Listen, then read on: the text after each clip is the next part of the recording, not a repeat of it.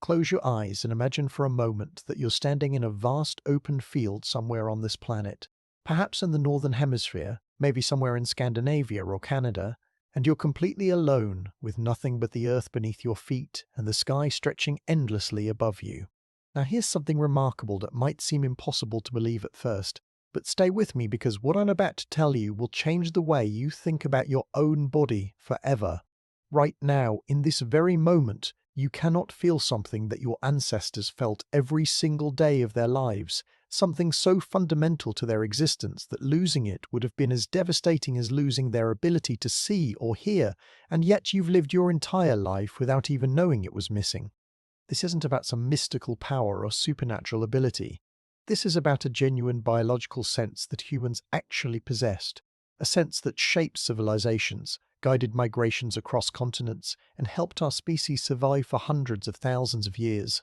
The sixth sense humans lost wasn't some vague intuition or gut feeling. It was real, measurable, and scientifically documented, and the story of how we lost it reveals something profound about what it means to be human in the modern world. The sense I'm talking about is magnetoreception, the ability to detect the Earth's magnetic field.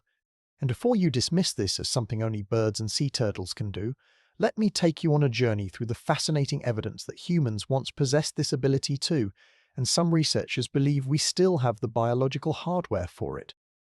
Dormant and forgotten in the deepest parts of our brain. We see the Earth itself is essentially a giant magnet, with magnetic field lines flowing from the South Pole to the North Pole, creating an invisible web of magnetic information that surrounds our entire planet. For billions of years, life on Earth has been bathed in this magnetic field, and countless species have evolved the ability to sense it, to use it as a compass, a map, and a guide through the world. Birds use it to navigate during their incredible migrations, traveling thousands of miles with pinpoint accuracy. Sea turtles' hatchlings use it to find their way from the beach to the ocean, and then decades later, they use that same magnetic sense to return to the exact beach where they were born. Sharks and rays have specialized organs called ampullae of Lorenzini that detect electromagnetic fields in the water. Honeybees use magnetoreception to navigate and communicate the location of flowers to their hive mates. Even bacteria, some of the simplest life forms on Earth, contain chains of magnetic crystals called magnetosomes that align with the Earth's magnetic field. But what about humans? For most of the 20th century, scientists assumed that humans had completely lost any ability to sense magnetic fields, that perhaps our ancient ancestors once had this sense, but we evolved away from it as we developed other ways of navigating our environment, like language, tools, and eventually maps and compasses. However, in recent decades, a growing body of evidence has emerged suggesting that this assumption might be wrong, that buried deep within our biology, we still carry the remnants of this ancient sense, and perhaps with the right conditions, we might even be able to reawaken it. The story of this discovery begins not in a laboratory, but in the observation of human behavior across cultures and throughout history. Long before scientists had the tools to study magnetoreception directly, people around the world reported strange sensations, unexplained abilities to orient themselves, and intuitive knowledge about direction that seemed to defy rational explanation. Indigenous peoples across every continent developed sophisticated navigation techniques that modern researchers still struggle to fully understand. Aboriginal Australians could traverse hundreds of miles of seemingly featureless desert without getting lost, using what they described as an internal sense of direction that went beyond simply memorizing landmarks. Polynesian navigators sailed across vast stretches of open ocean, finding tiny islands in the middle of the Pacific with remarkable consistency, using techniques that involved reading waves, stars, and what they described as feeling the islands before seeing them. Inuit hunters in the Arctic developed an uncanny ability to maintain a sense of direction even during whiteout conditions, when visibility was reduced to just a few feet and every direction looked exactly the same. These abilities were often attributed to superior memory, keen observation skills, or cultural knowledge passed down through generations, and while those factors certainly played a role, some researchers began to wonder if there might be something more, something biological that modern humans had simply forgotten how to access. The first serious scientific investigation into human magnetoreception began in the 1980s when a researcher named Robin Baker at the University of Manchester conducted a series of controversial experiments. Baker would blindfold participants, drive them on winding routes to unfamiliar locations, and then ask them to point toward home or toward the direction they had come from. Remarkably, many participants could do this with accuracy significantly better than random chance. Even more intriguing, when Baker attached small magnets to the participants' heads to disrupt any potential magnetic sense, their accuracy dropped to chance levels. The magnetic field from these small magnets was interfering with something, but what? Baker's experiments were met with skepticism from the scientific community, and several researchers who tried to replicate his findings got mixed results. Some studies seemed to confirm that humans could sense magnetic fields, while others found no evidence of the ability at all. The inconsistency frustrated researchers, but it also hinted at something important, that if humans do have magnetoreception, it might be subtle, easily disrupted, and highly variable from person to person. For years, the debate remained unresolved, with believers and skeptics on both sides presenting their evidence and arguments.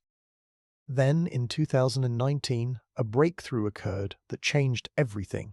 A team of researchers led by Joe Kirschvink at the California Institute of Technology published a study that provided the most compelling evidence yet for human magnetoreception. The experiment was elegant in its simplicity, but sophisticated in its execution. Participants sat alone in a dark, silent chamber surrounded by special coils that could generate controlled magnetic fields.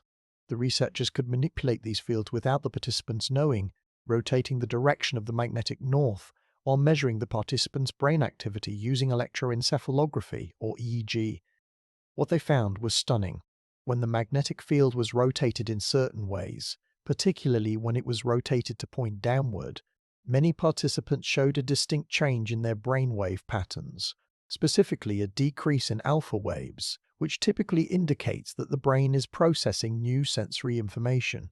The participants weren't consciously aware of anything happening. They couldn't tell you when the magnetic field changed, but their brains were responding to it nonetheless. This was unconscious magnetoreception, a sense that operated below the threshold of conscious awareness but was nevertheless real and measurable. Think about that for a moment. Your brain right now might be processing information about the Earth's magnetic field without you having any conscious awareness of it, just like your brain processes countless other signals from your body and environment that never quite make it into your conscious experience. You're not consciously aware of your heart beating most of the time, or the feeling of clothes against your skin after you've been wearing them for a while, or the constant slight movements your eyes make as you read or look around a room. These processes happen automatically, managed by ancient parts of your brain that evolved long before consciousness as we experience it today. Magnetoreception might work the same way, providing a constant background sense of orientation and direction that influences your behavior and decisions in subtle ways you never quite notice. Now you might be wondering, if humans really can sense magnetic fields, where exactly is this ability coming from? What biological mechanism could possibly allow our brains to detect something as invisible and intangible as magnetism? This question leads us into one of the most fascinating detective stories in modern neuroscience.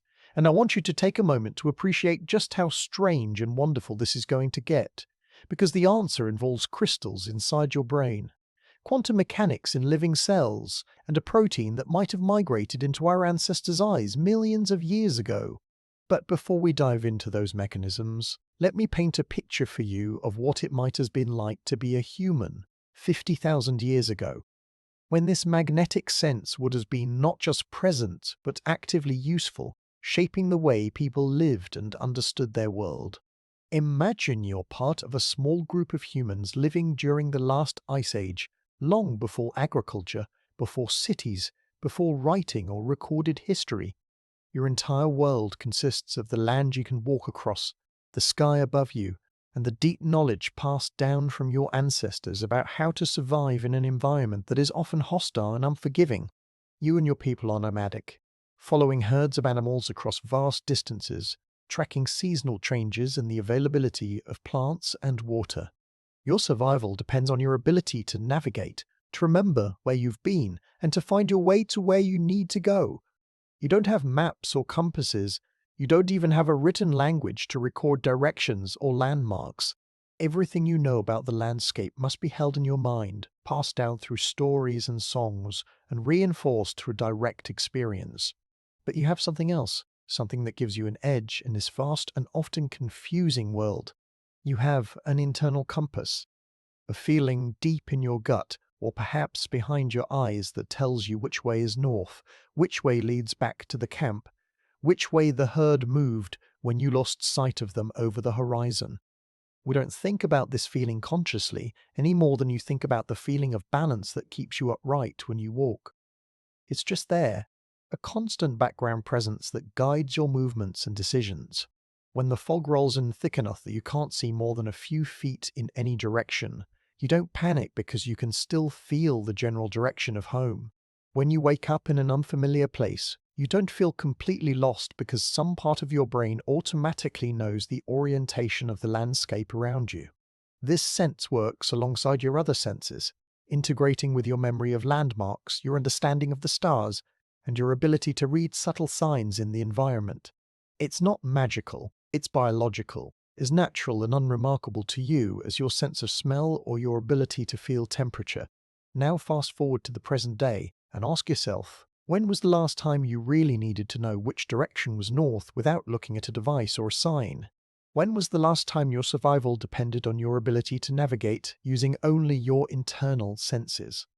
For most people living in modern urban environments, the answer is never. We have GPS navigation on our phones that can pinpoint our location to within a few feet and give us turn-by-turn directions anywhere we want to go. We have street signs and landmarks and maps and the ability to simply ask someone for directions. Our world is structured around permanent settlements. We live in the same place for years or decades, traveling along familiar routes to familiar destinations. We almost never need to venture into truly unfamiliar territory without some kind of technological assistance, and when we do, we bring devices that can tell us exactly where we are and how to get where we go. And in this environment, a magnetic sense would be not just unnecessary but potentially confusing. Why would your brain maintain an energetically expensive biological system for detecting magnetic fields when that information is readily available from external sources, and when the environments you inhabit are often so magnetically noisy that the Earth's natural field is drowned out by the electromagnetic interference from power lines, electrical devices, and electronic equipment? This is the key to understanding why we lost conscious access to our magnetoreception, or more accurately, why it became suppressed, operating only at an unconscious level, if at all. Evolution is ruthless about efficiency. Any biological system that requires energy to maintain but doesn't provide a survival advantage will tend to be reduced or eliminated over time.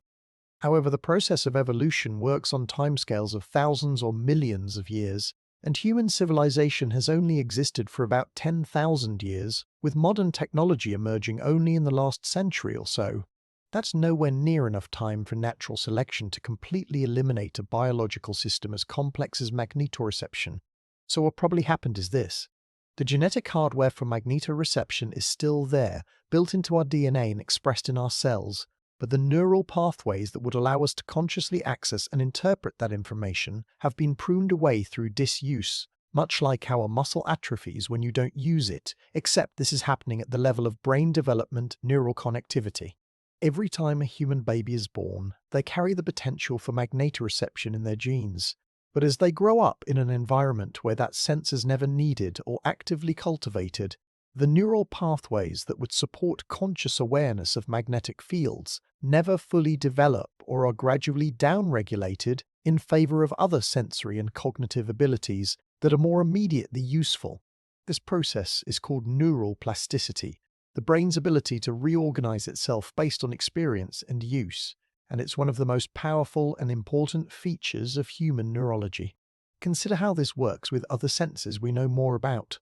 Children who grow up speaking tonal languages like Mandarin or Vietnamese develop much finer discrimination of pitch and tone than children who grow up speaking non-tonal languages like English, not because they have better ears, but because their brains develop stronger neural connections for processing those particular acoustic features. Similarly, professional musicians develop enhanced auditory processing abilities. Taxi drivers develop enlarged hippocampi from all the spatial navigation they do. and people who are blind from an early age often develop enhanced auditory and tactile abilities as their brains repurpose the visual cortex for processing other types of sensory information. The brain is constantly adapting to its environment, strengthening the connections that are useful and pruning away the ones that aren't. So if you grow up in a world where you never need to consciously sense magnetic fields, where that information is never relevant to your daily life and survival, then the neural pathways that would support conscious magnetoreception simply don't develop strongly, even though the underlying biological mechanisms might still be present and functioning at an unconscious level. This brings us to one of the most intriguing questions in this whole mystery. What exactly are those biological mechanisms? How does magnetoreception actually work at the cellular and molecular level? Scientists have identified two main candidate mechanisms, and fascinatingly, there's evidence that different animals might use different mechanisms, and some might even use both. The first mechanism involves tiny crystals of magnetite, a naturally magnetic form of iron oxide, the same substance that makes compass needles point north. Magnetite crystals have been found in the brains of many animals that are known to have magnetoreception, including birds, fish, and sea turtles. In humans, magnetite crystals have been found in various tissues, including the brain, specifically in the region near the ethmoid bone, which is located between your eyes, just behind the bridge of your nose. These crystals are incredibly small, measured in nanometers, but they're arranged in chains and clusters that could theoretically act as tiny biological compass needles. The idea is that these magnetite crystals would physically rotate or experience mechanical forces in response to the Earth's magnetic field, and that movement would be detected by mechanoreceptors, the same type of sensors that detect touch, pressure, and movement elsewhere in your body. This would convert the magnetic signal into a neural signal that could be processed by the brain. It's an elegant mechanism, and there's good evidence for it in some animals, but proving that it works in humans has been challenging because the crystals are so small and embedded so deep in tissue that studying them without damaging them is incredibly difficult.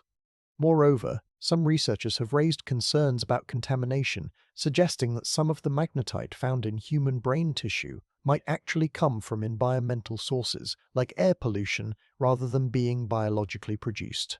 The debate continues, but the presence of magnetite in human brains, regardless of its origin, raises intriguing possibilities about how our bodies might interact with magnetic fields. The second mechanism for magnetoreception is even more remarkable and involves quantum physics operating inside living cells. This mechanism is based on a class of proteins called cryptochromes, which are found in the eyes of many animals, including humans.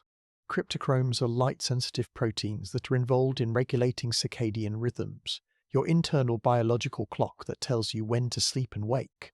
But here's where it gets really interesting.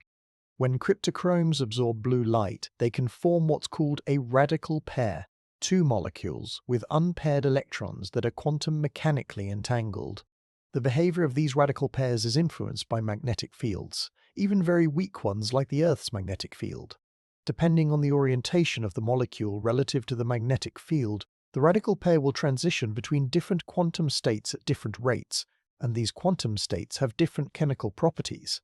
This means that the magnetic field can literally change the chemistry happening inside the cell, and those chemical changes can be detected and converted into neural signals. This quantum compass mechanism sounds like science fiction, but it's been demonstrated in laboratory experiments with purified cryptochromes and is widely accepted as the mechanism for magnetoreception in migratory birds. The most compelling evidence comes from studies showing that disrupting cryptochrome function interferes with birds' ability to navigate using magnetic fields while the function is intact. Their magnetic sense works perfectly.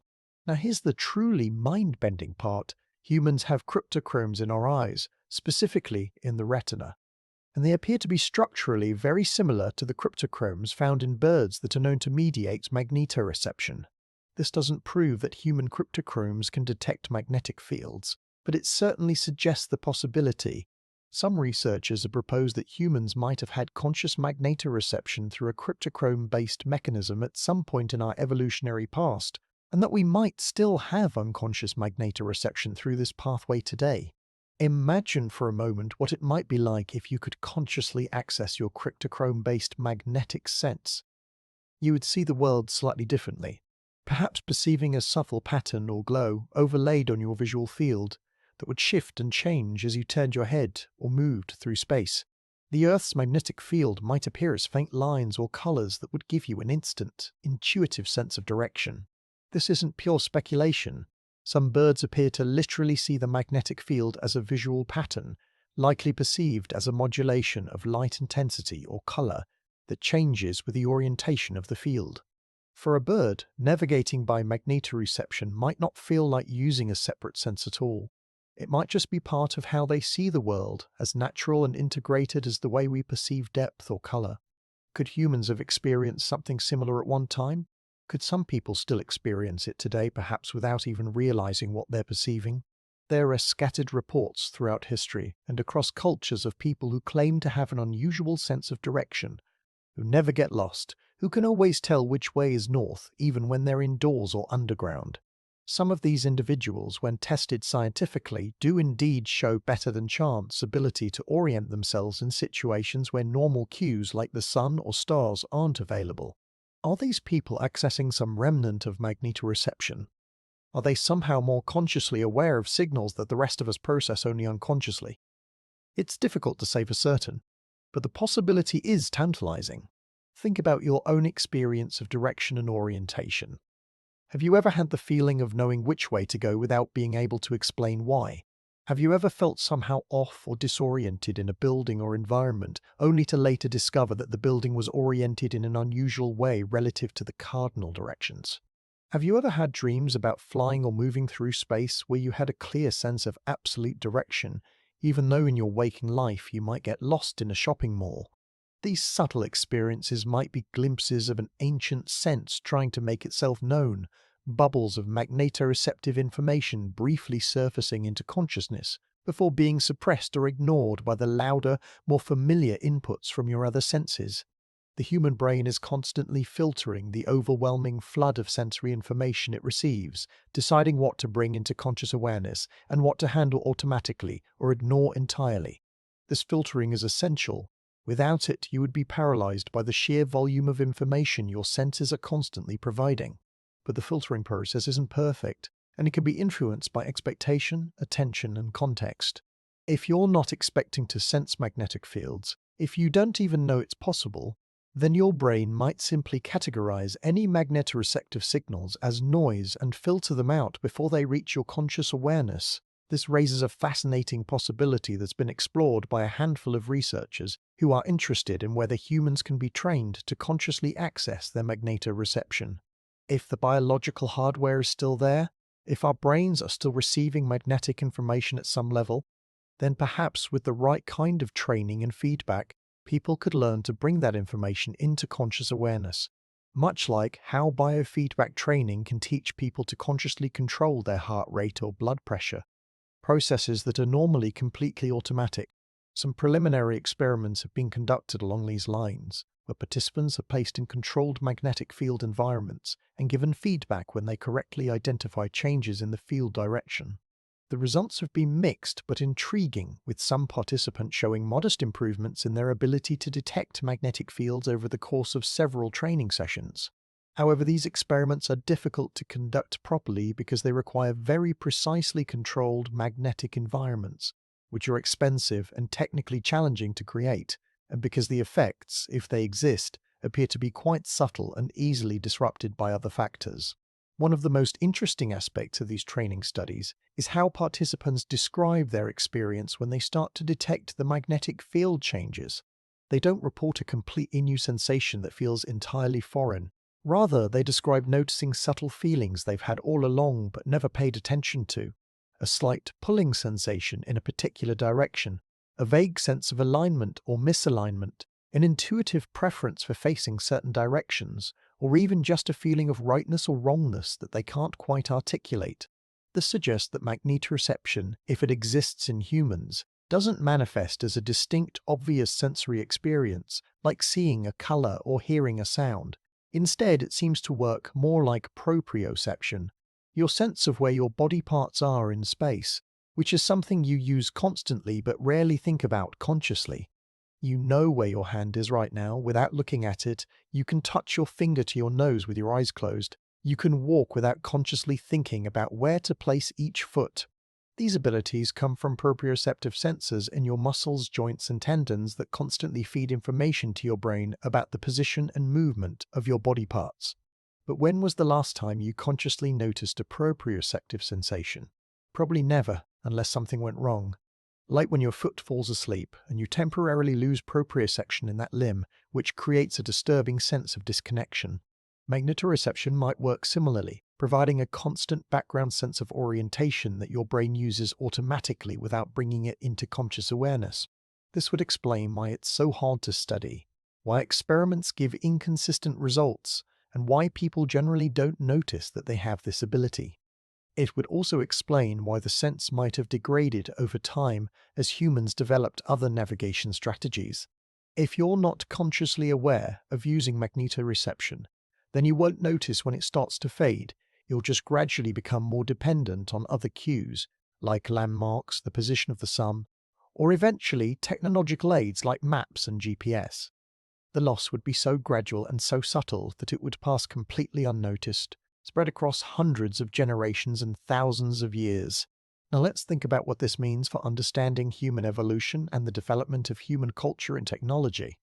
One of the defining features of human beings is our incredible adaptability, our ability to survive and thrive in nearly every environment on Earth.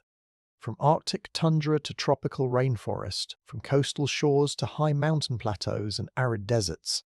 This adaptability comes partly from our physical characteristics, like our ability to sweat efficiently for cooling, and our relatively hairless skin that can be protected with clothing adapted to different climates. But it comes even more from our cognitive abilities, our capacity for language, tool use, planning, and cultural transmission of knowledge. We don't adapt to new environments primarily through biological evolution, which would take thousands of generations. Instead, we adapt through cultural evolution, inventing new technologies, developing new strategies, and passing that knowledge down to our children through teaching and storytelling. This process has accelerated dramatically over the course of human history, to the point where cultural change now happens faster than biological evolution can possibly keep up.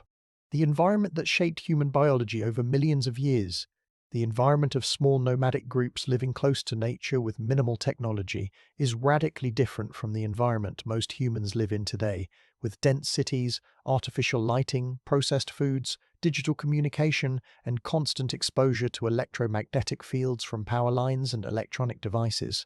Our biology hasn't had time to fully adapt to these new conditions, which is why we experience so many problems that can be traced back to the mismatch between our ancient biology and our modern lifestyle. We evolved to be physically active throughout the day, but now many of us sit for hours at a time, leading to obesity and metabolic disorders. We evolved to sleep in sync with natural light cycles, but now we're exposed to artificial light late into the night, disrupting our circadian rhythms and causing sleep problems. We evolved to eat a varied diet of whole foods that was sometimes scarce, but now we have constant access to highly processed foods rich in sugar and fat, leading to diabetes and heart disease. The list goes on, and magnetoreception might be just one more item on this list of evolutionary mismatches. We evolved to navigate using an internal magnetic sense, supplemented by observation of natural features, but now we navigate using external technological aids in environments saturated with artificial magnetic fields that might interfere with whatever remnants of natural magnetoreception we still possess. Some researchers have speculated that the increasing prevalence of certain neurological and psychological conditions might be related to this kind of sensory mismatch. If your brain is still trying to process magnetoreceptive information at an unconscious level, but the information is corrupted by electromagnetic interference or contradicted by information from other sources like GPS, could that create a kind of sensory confusion that manifests as anxiety, disorientation, or difficulty with spatial processing? It's a provocative idea, though one that's very difficult to test scientifically. What we do know is that many people report feeling more grounded, calm, and centered when they spend time in natural environments away from cities and technology.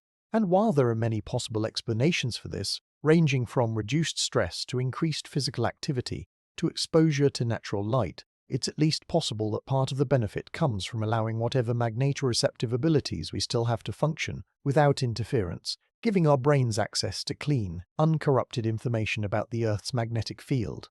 There's actually a growing movement of people who practice what they call barefoot walking or orthing, which involves walking barefoot on natural surfaces like grass, sand, or soil.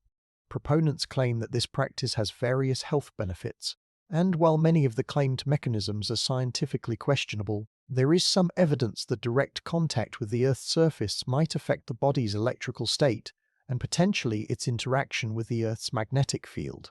Whether this has anything to do with magnetoreception specifically is unclear, but it's an interesting example of how people intuitively seek out experiences that might reconnect them with sensory capacities that modern life has suppressed.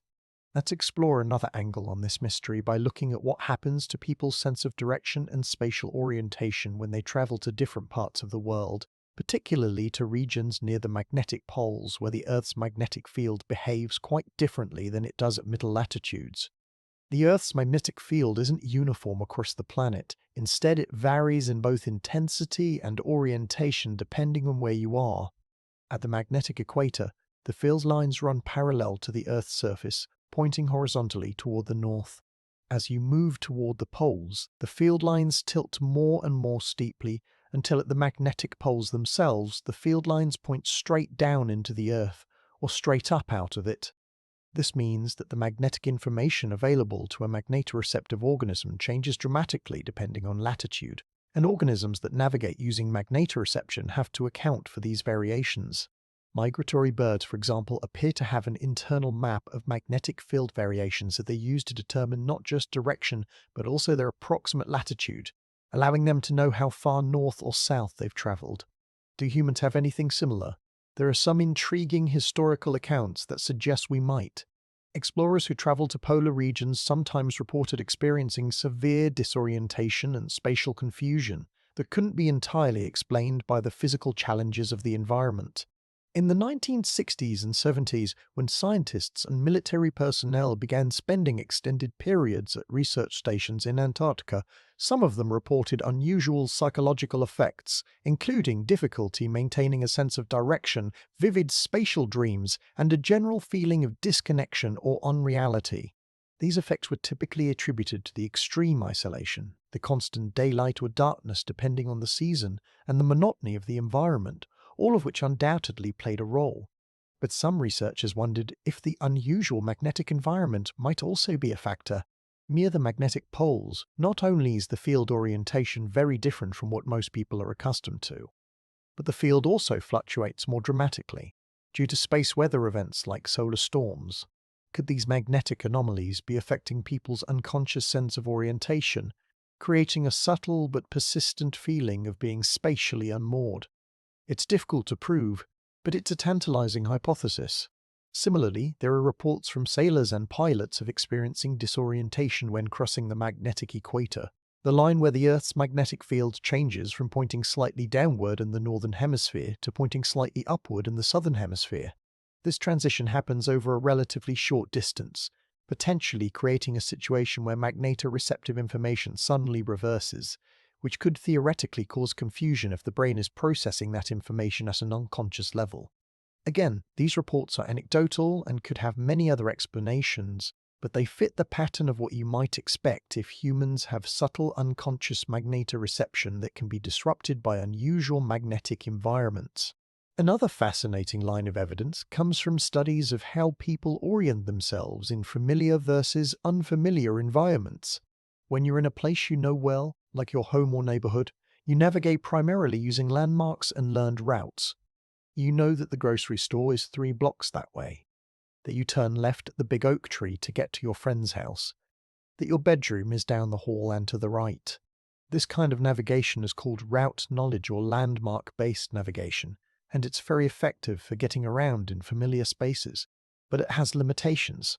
If you're navigating purely by landmarks and something changes, if a building is torn down or you approach a familiar location from an unusual direction, you can become disoriented even in a place you've been hundreds of times. This is why people sometimes get confused when they exit a subway station or parking garage and emerge in a familiar area but facing a different direction than they expected. In contrast, When you navigate in an unfamiliar environment, especially if you're trying to maintain a sense of your overall position and orientation, rather than just following turn-by-turn directions, you use a different system called spatial updating, or dead reckoning. This involves keeping a running mental tally of all the turns you've made and distances you've traveled, allowing you to maintain a sense of where you are relative to your starting point. It's computationally demanding and prone to accumulating errors over time, but it's essential for navigating in unfamiliar territory. Here's the interesting part. Studies have shown that people's ability to use spatial updating and dead reckoning varies considerably, and some of that variation appears to be related to factors that might involve magnetoreception. For example, people tend to be better at maintaining their sense of orientation when they're outdoors than when they're indoors, even when the available visual cues are controlled for. They're also better at it in natural environments than in built environments with lots of right angles and regular geometric patterns. And their performance can be disrupted by exposure to strong artificial magnetic fields or by wearing magnets on their head or body.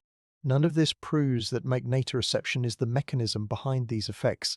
There are always alternative explanations, but the pattern is consistent with what you'd expect if people were unconsciously using magnetic information to help calibrate their sense of direction.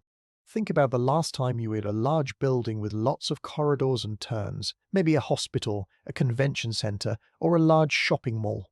Did you find it easy to maintain your sense of which direction you were facing as you moved through the space? Or did you eventually feel turned around and disoriented? Most people experience at least some disorientation in these environments, and it's usually attributed to the uniformity and repetitiveness of the visual environment, the lack of distinct landmarks, and the cognitive load of trying to remember a complex series of turns. But could part of the problem be that these buildings create magnetically confusing environments? Modern buildings are full of steel beams, electrical wiring, and electronic devices, all of which can create local magnetic field distortions that might interfere with magnetoreception. If your brain is trying to use magnetic information to maintain orientation, but that information is corrupted or inconsistent, it could contribute to the feeling of being lost or disoriented. Some architects and building designers have actually started thinking about this possibility, considering how the magnetic environment of a building might affect occupants' sense of orientation and well-being. It's still a very speculative area, but it represents an interesting intersection between neuroscience, evolutionary biology, and design. Now I want to take you even deeper into the implications of this lost sense by considering what it might mean for human consciousness and our understanding of our place in the natural world. One of the central features of the modern human experience, at least in industrialized societies, is a sense of separation from nature. We live in climate-controlled buildings. We get our food from stores rather than directly from the land. We experience the passing of seasons primarily through changes in what clothes we wear rather than through immediate impacts on our survival. This separation has brought many benefits, including protection from the elements, reliable food supplies, and freedom from many of the dangers that our ancestors faced daily. But it has also created a psychological distance between humans and the natural world, a sense that nature is something out there, separate from us, something we visit on weekends or vacations rather than something we're embedded in and part of. The loss of magnetoreception, or at least the loss of conscious access to it, can be seen as both a symptom and a cause of this separation. As humans developed technologies that made us less dependent on our natural senses for survival, we gradually lost conscious connection with some of those senses, and as we lost that sensory connection, we became even more dependent on technology, creating a feedback loop that has accelerated over time. This isn't necessarily a bad thing. Technology has allowed humans to accomplish incredible feats and to live longer, healthier, more comfortable lives than ever before in our history. But there may be costs to this process that we're only beginning to understand. Costs measured not in survival or physical health, but in psychological well-being, in our sense of connection and meaning, in the richness of our subjective experience of the world. When you can sense the Earth's magnetic field, when you have an intuitive bodily feeling of your orientation in space and your connection to the planet itself, the world feels different. You're not just an isolated consciousness piloting a meat robot through an indifferent universe. You're a sensing, feeling part of a larger system, connected to the Earth in a direct physical way. This might sound mystical or new agey, but it's actually deeply grounded in biology and physics. You are connected to the Earth. Your body is made of atoms that were formed in stars and assembled on this planet. You're sustained by ecosystems that depend on the energy of the sun and the chemistry of the soil. You evolved over billions of years in constant interaction with the Earth's physical environment, including its magnetic field. Magnetoreception, if we could consciously access it, would be a direct, moment-to-moment reminder of that connection, a sense that literally ties you to the planet in a way that transcends intellectual understanding. Some indigenous cultures have ways of thinking about direction and orientation that might preserve echoes of this more embodied relationship with the Earth's magnetic field. Instead of using relative directional terms like left and right or forward and backward, some languages use absolute directional terms based on cardinal directions. A speaker of Gugu Yimithir, an Aboriginal Australian language, would never say that there's a cup on the right side of the table. Instead, they would say that the cup is to the east of the table or the north of the table, using the actual cardinal direction regardless of which way they're facing. This means that speakers of these languages have to maintain constant awareness of their absolute orientation in space. They have to know which way is north at all times in order to speak their language correctly. Studies of these speakers have shown that they do indeed have remarkably good sense of direction, significantly better than speakers of languages that use relative directional terms. Is this because they're consciously accessing magnetoreception, or is it simply that the structure of their language forces them to pay more attention to directional cues in the environment? Most researchers favor the latter explanation. But it's worth noting that maintaining constant awareness of cardinal directions would be much easier if you had even a subtle magnetoreceptive sense to rely on. The language and culture would work together, the language forcing you to pay attention to cardinal directions, and that attention potentially making you more conscious of whatever subtle magnetoreceptive information your brain is receiving. This kind of interaction between culture and biology is common in human evolution. We're biocultural creatures, shaped by the constant interplay between our genes and our environment, including our cultural environment. And consider what might happen if we could somehow restore conscious magnetoreception to modern humans, if we could develop training programs or technologies that would allow people to reawaken this dormant sense. What would be the practical applications? The most obvious would be navigation. People could orient themselves and maintain their sense of direction without relying on external tools. This might seem trivial in an age of GPS, but there are situations where technological navigation fails, when batteries die, when signals are blocked, when systems malfunction. Military organizations have long been interested in alternative navigation methods for exactly these reasons, and some have funded research into human magnetoreception as a potential backup navigation system for soldiers operating in challenging environments. Beyond navigation, some researchers have speculated that conscious magnetoreception might have health and wellness applications. If part of the benefit of spending time in natural environments comes from exposure to a clean, undistorted magnetic field, then being consciously aware of magnetic field quality might help people make better choices about where to spend their time or how to structure their living and working environments. Some people who describe themselves as electromagnetically sensitive claim to experience headaches, fatigue, or other symptoms when exposed to strong artificial electromagnetic fields. And, while mainstream science has not validated these claims, and controlled studies have generally failed to find evidence of the reported sensitivity, it's possible that some people do have greater than average magnetoreceptive sensitivity, that they're detecting and being affected by magnetic field variations that most people don't consciously. There could also be applications in the realm of human performance and expertise. Athletes, dancers, pilots, and others who perform complex spatial tasks might benefit from enhanced conscious awareness of their orientation and position in space. Gymnasts and figure skaters already have highly developed proprioceptive and vestibular senses that allow them to know where their body is and how it's moving, even while spinning through the air. Could magnetoreception add another layer of spatial information that would enhance their performance? Some researchers think it's possible, though proving it would require careful experimental work. Perhaps even more intriguing are the potential psychological and experiential effects of restored magnetoreception. Anecdotal reports from the few people who claim to have trained themselves to consciously detect magnetic fields often mention not just improved navigation but also changes in their overall sense of presence and embodiment. They describe feeling more grounded, more connected to their physical location, more aware of the space around them in a way that's difficult to put into words. This makes sense when you think about what magnetoreception would add to your sensory experience. It would give you a constant frame of reference, an absolute sense of direction that doesn't depend on visual landmarks or memory. In a world where many people struggle with feelings of disconnection, anxiety, and disorientation, both literal and metaphorical, the ability to sense your connection to the Earth's magnetic field might have real psychological value. Of course, we should be cautious about romanticizing a lost sense, or imagining that restoring it would solve modern problems that have complex social, economic, and psychological causes. Human life has always involved trade-offs. The same technological and cultural developments that may have suppressed our magnetoreception have also brought enormous benefits. But it's worth asking whether we've lost something valuable in the process, and whether there might be ways to reclaim it, or at least to understand what we've lost and why.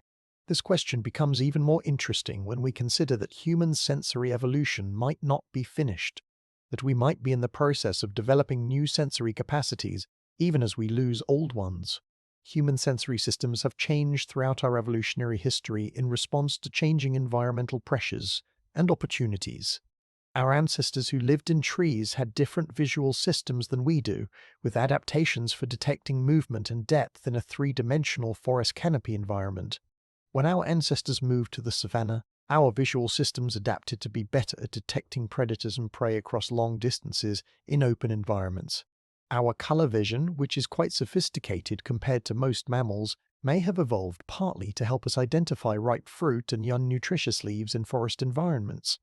Now we live in environments dominated by artificial light, screens, and visual media, unlike anything our ancestors ever experienced. How is this changing our vision? Are we developing new visual capacities while losing others? The same questions apply to all our senses.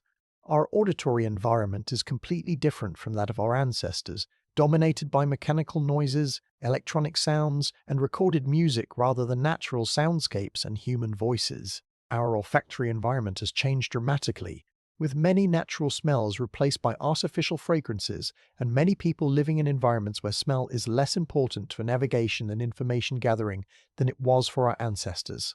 Are we losing olfactory sensitivity as a result? Some research suggests we might be, but we're also being exposed to thousands of novel chemical compounds that didn't exist in the ancestral environment, so perhaps our olfactory system is adapting to detect and discriminate among these new smells. The point is that human sensory systems are not static.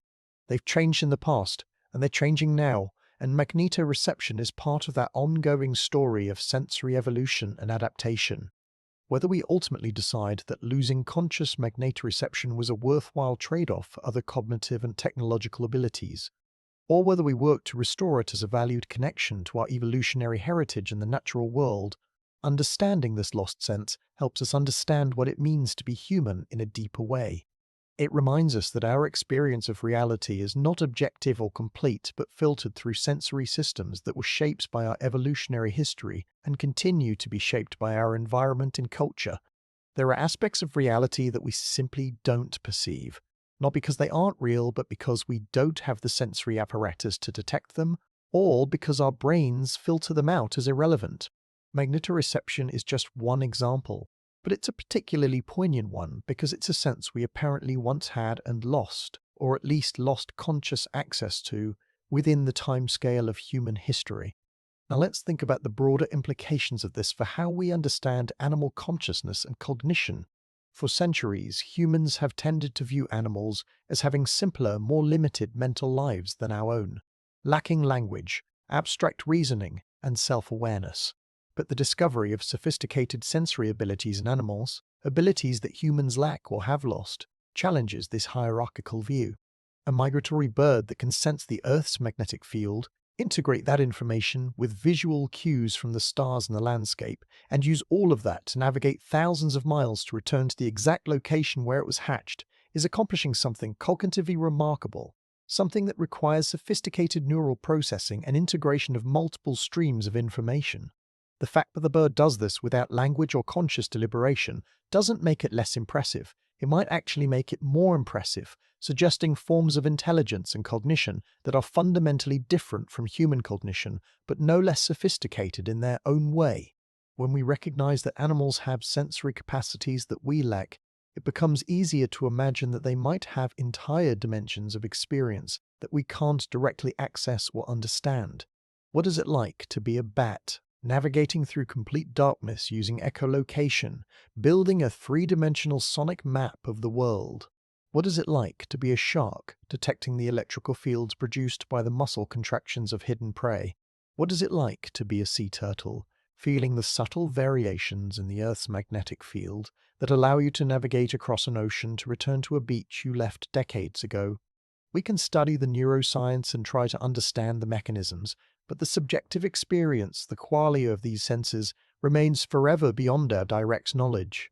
This is the hard problem of consciousness applied to sensory experience. We can understand how magnetoreception works, mechanistically. We can even potentially restore it in humans. But we can never quite know what it's like to have that sense in the way that a bird has it, shaped by millions of years of evolution and integrated into a completely different cognitive architecture. These reflections bring us back to the fundamental mystery of consciousness itself. The question of why and how physical processes in the brain give rise to subjective experience. Magnetoreception offers a unique window into this mystery, because it appears to be a sense that can operate at both conscious and unconscious levels, and that might exist in a kind of liminal state in modern humans, not quite conscious but not entirely absent either, absent either, absent either, absent either. If we could learn to bring magnetoreception into conscious awareness, would we be creating a new sensation, or would we be uncovering something that was always there, just below the threshold of consciousness? The answer might tell us something important about the relationship between neural activity and conscious experience, about where the boundary lies between unconscious processing and conscious awareness, and about how flexible and trainable that boundary might be. Some theories of consciousness propose that what makes a mental process conscious is not the type of information being processed, but rather how that information is integrated and made available to other cognitive systems. On this view, you might have perfectly functional magnetoreceptive neurons processing magnetic field information. But if that information never gets integrated into the networks that support conscious awareness, you'll never consciously experience it. Training to develop conscious magnetoreception would then be a matter of building new neural pathways that connect the magnetoreceptive sensors to the brain regions involved in conscious perception and spatial awareness. This is similar to how someone who is blind from a young age might learn to echolocate by making clicking sounds and listening to the echoes. They're not developing a completely new sense, but rather learning to consciously attend to and interpret auditory information that was always available but previously ignored. There are documented cases of blind individuals who have become so skilled at echolocation that they can ride bicycles, play basketball, and navigate complex environments with remarkable ease. And neuroimaging studies have shown that when they echolocate, they activate visual processing areas of the brain, suggesting that the brain has repurposed visual cortex to process spatial information from echoes. Could something similar happen with magnetoreception? Could people learn to consciously sense magnetic fields, and might their brains recruit visual or spatial processing areas to interpret that information? The parallel with echolocation is instructive because it shows that human sensory systems are more flexible and trainable than we often assume. We're not locked into the sensory configuration we're born with. The brain can adapt, reorganize, and learn to make use of whatever information is available. This neuroplasticity is greatest in childhood, when the brain is still developing and making most of its connections, but it continues throughout life, albeit at a slower rate and with more effort required. This means that even if magnetoreception has been dormant or unconscious for many generations, it might still be possible to reawaken it through appropriate training, especially if started early in development. Imagine a school curriculum that included training in magnetoreception alongside reading, writing, and arithmetic. Children will be taught exercises and games designed to help them consciously attend to magnetic field information, perhaps using feedback from electronic sensors initially and then gradually removing the technological aids as the students learn to rely on their own internal sense. Would this work? We don't know, because as far as I'm aware, no one has ever tried a systematic long-term program of magnetoreceptive training with children. But based on what we know about sensory development and neural plasticity, there's at least a reasonable chance that it could work, that we could raise a generation of humans who had conscious access to a sense that their parents and grandparents had lost. What would be the consequences of such a development? On a practical level, these individuals might have enhanced navigation abilities and better spatial awareness. On a psychological level, they might have a different sense of their relationship to the Earth and to the natural environment, feeling more connected and oriented than people who lack this sense. On a cultural level, it might spark a broader revival of interest in developing and refining human sensory capacities, moving away from the trend of outsourcing our senses to technology and toward a vision of human enhancement that works with our biology rather than replacing it. Of course, this is largely speculative, but it's useful speculation because it helps us think about what's possible and what we might want to aim for as we navigate the future of human development and enhancement. The question of magnetoreception is ultimately a question about human potential, about which capacities are truly lost to us and which are merely dormant, waiting to be rediscovered and cultivated. As you lie here listening to these words, your brain is constantly processing information from your environment, most of it never reaching your conscious awareness. Your visual system is making tiny rapid movements called saccades, several times per second, stitching together a seamless visual experience from a series of snapshots. Your auditory system is filtering out background noise and focusing on relevant sounds, like my voice if you're still awake enough to be processing language. Your vestibular system in your inner ear is monitoring your head position and movement, though you probably aren't consciously aware of it unless you're moving. Your proprioceptive system is tracking the position of all your limbs and the state of tension in all your muscles. Your interoceptive systems are monitoring your heart rate, breathing, blood pressure, digestive activity, and countless other internal states. And perhaps, just perhaps, somewhere in your brain there are neurons responding to the Earth's magnetic field, providing a subtle background sense of orientation that influences your unconscious sense of space and direction, even though you never consciously notice it. All of these processes are happening right now, in parallel, mostly automatic, creating the rich multisensory experience of being embodied, being located in space and time, being connected to the world around you and to the planet beneath you.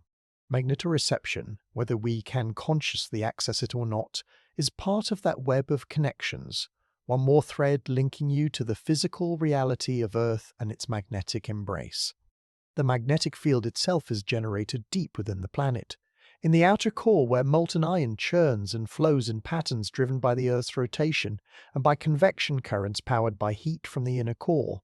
This movement of electrically conductive fluid generates electrical currents, and those currents produce the magnetic field that extends far out into space, creating the magnetosphere that protects us from harmful solar radiation and cosmic rays.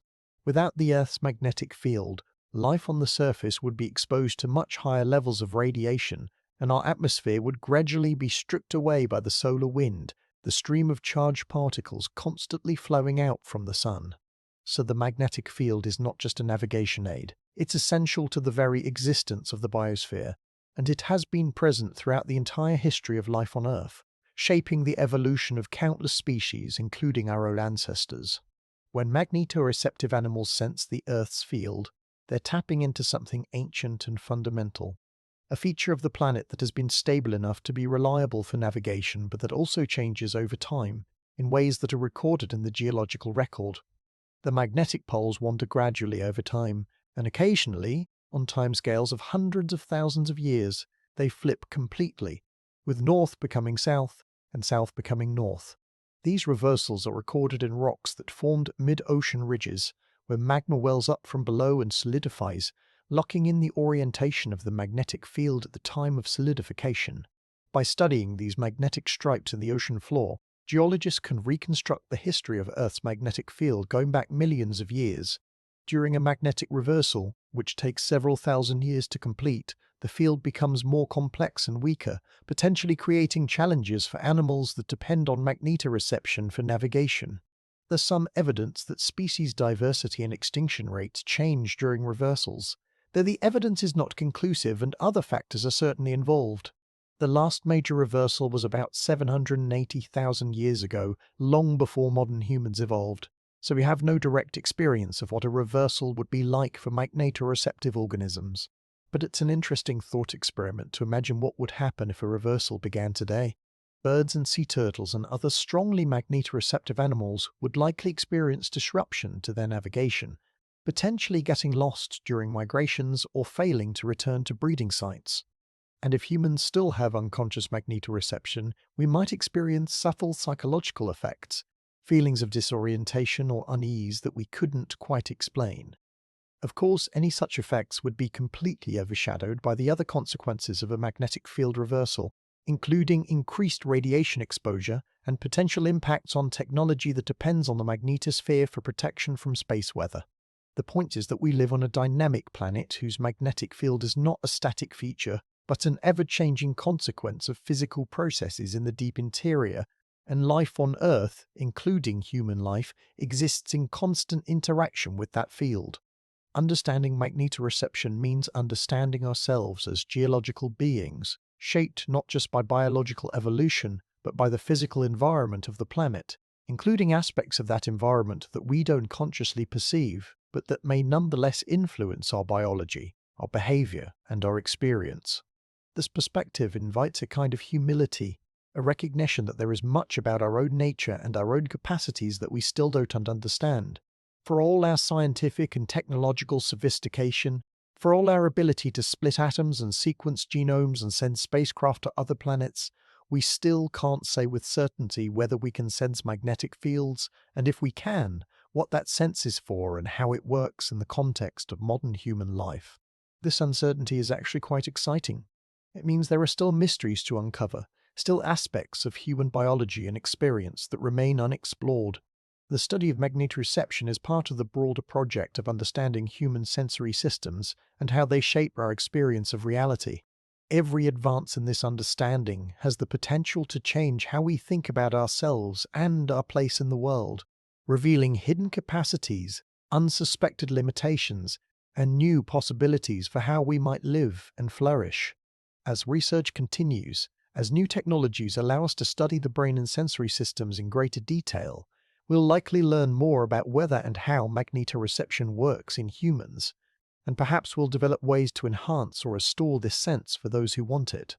But even without definitive answers, the question itself is valuable because it prompts us to wonder, to question our assumptions, to consider that reality might be richer and stranger than our everyday experience suggests.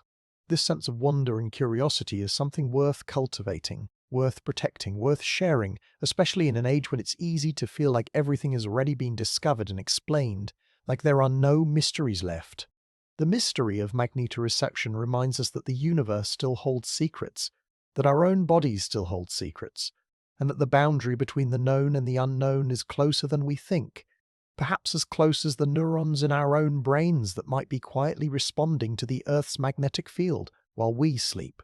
The relationship between sleep and sensory processing is itself a fascinating aspect of this story that deserves deeper exploration, because what happens to our senses when we sleep reveals fundamental truths about consciousness and about the flexibility of human perception. When you drift off to sleep, your sensory systems don't simply shut down like turning off a light switch. Instead, they undergo a complex transformation, with some senses becoming dampened while others remain surprisingly active, and the way your brain processes sensory information changes dramatically across the different stages of sleep. During light sleep, you're still somewhat responsive to external stimuli. A loud noise can wake you. A gentle touch can bring you back toward wakefulness. Your brain is still monitoring the environment for potential threats or important information.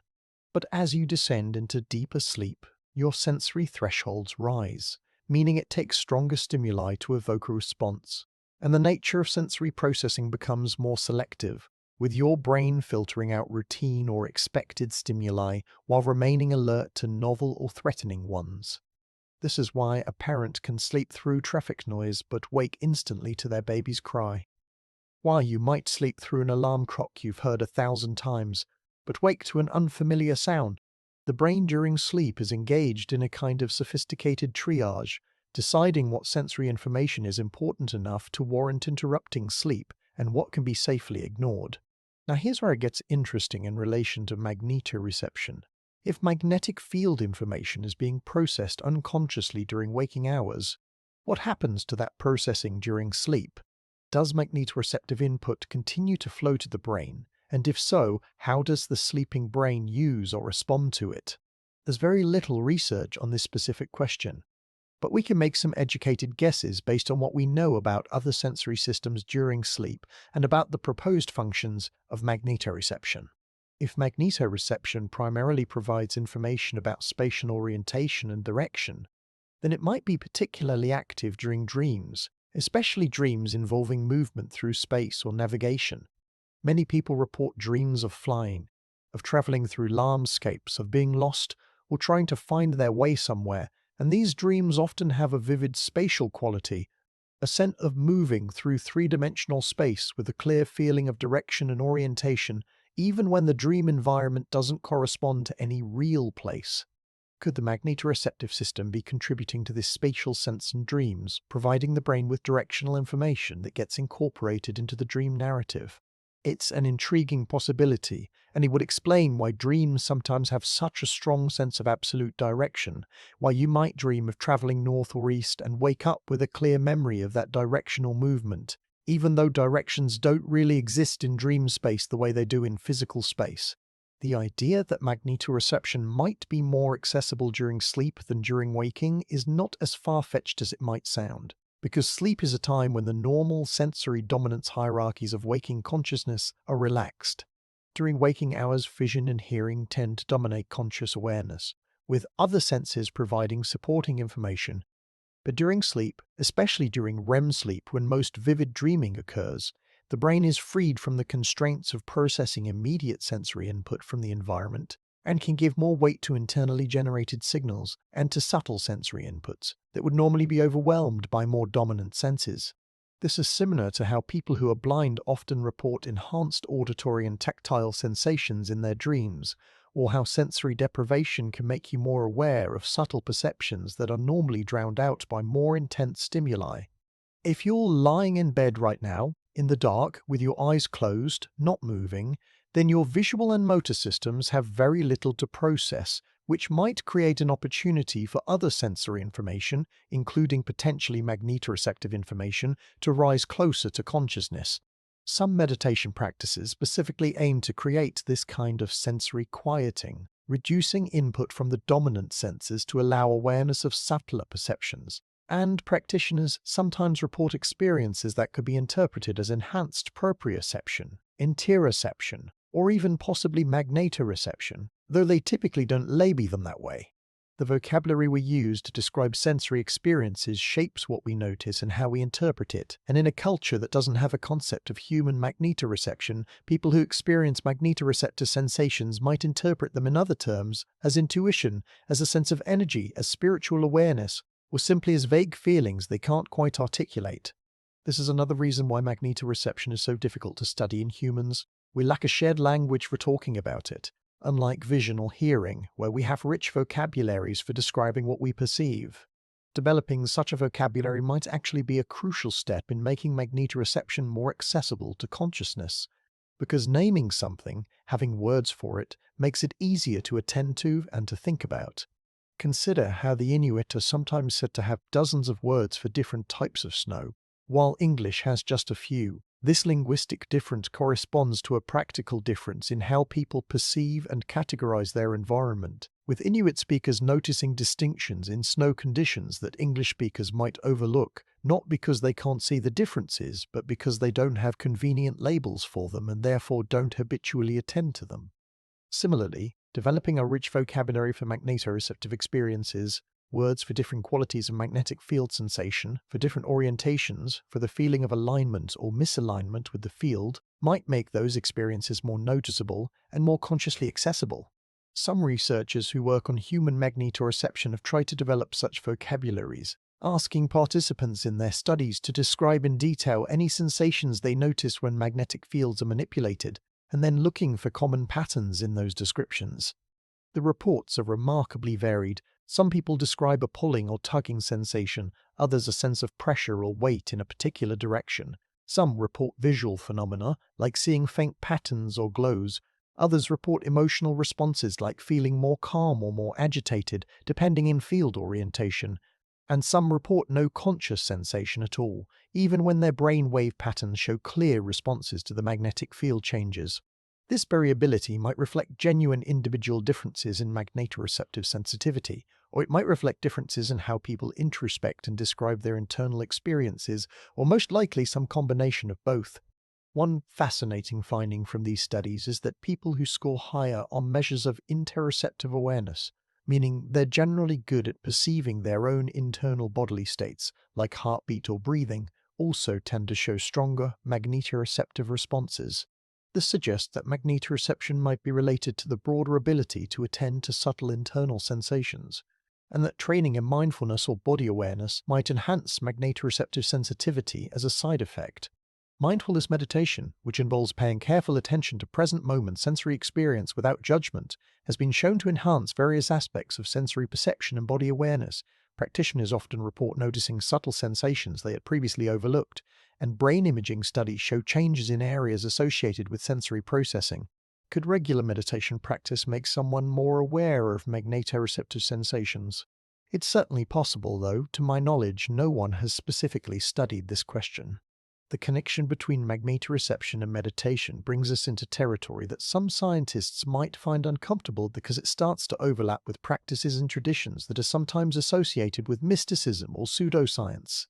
But there's nothing inherently unscientific about exploring how contemplative practices might enhance perception or reveal capacities that are normally unconscious. In fact, this kind of investigation represents exactly the sort of bridge building between scientific and experiential knowledge that could lead to important discoveries.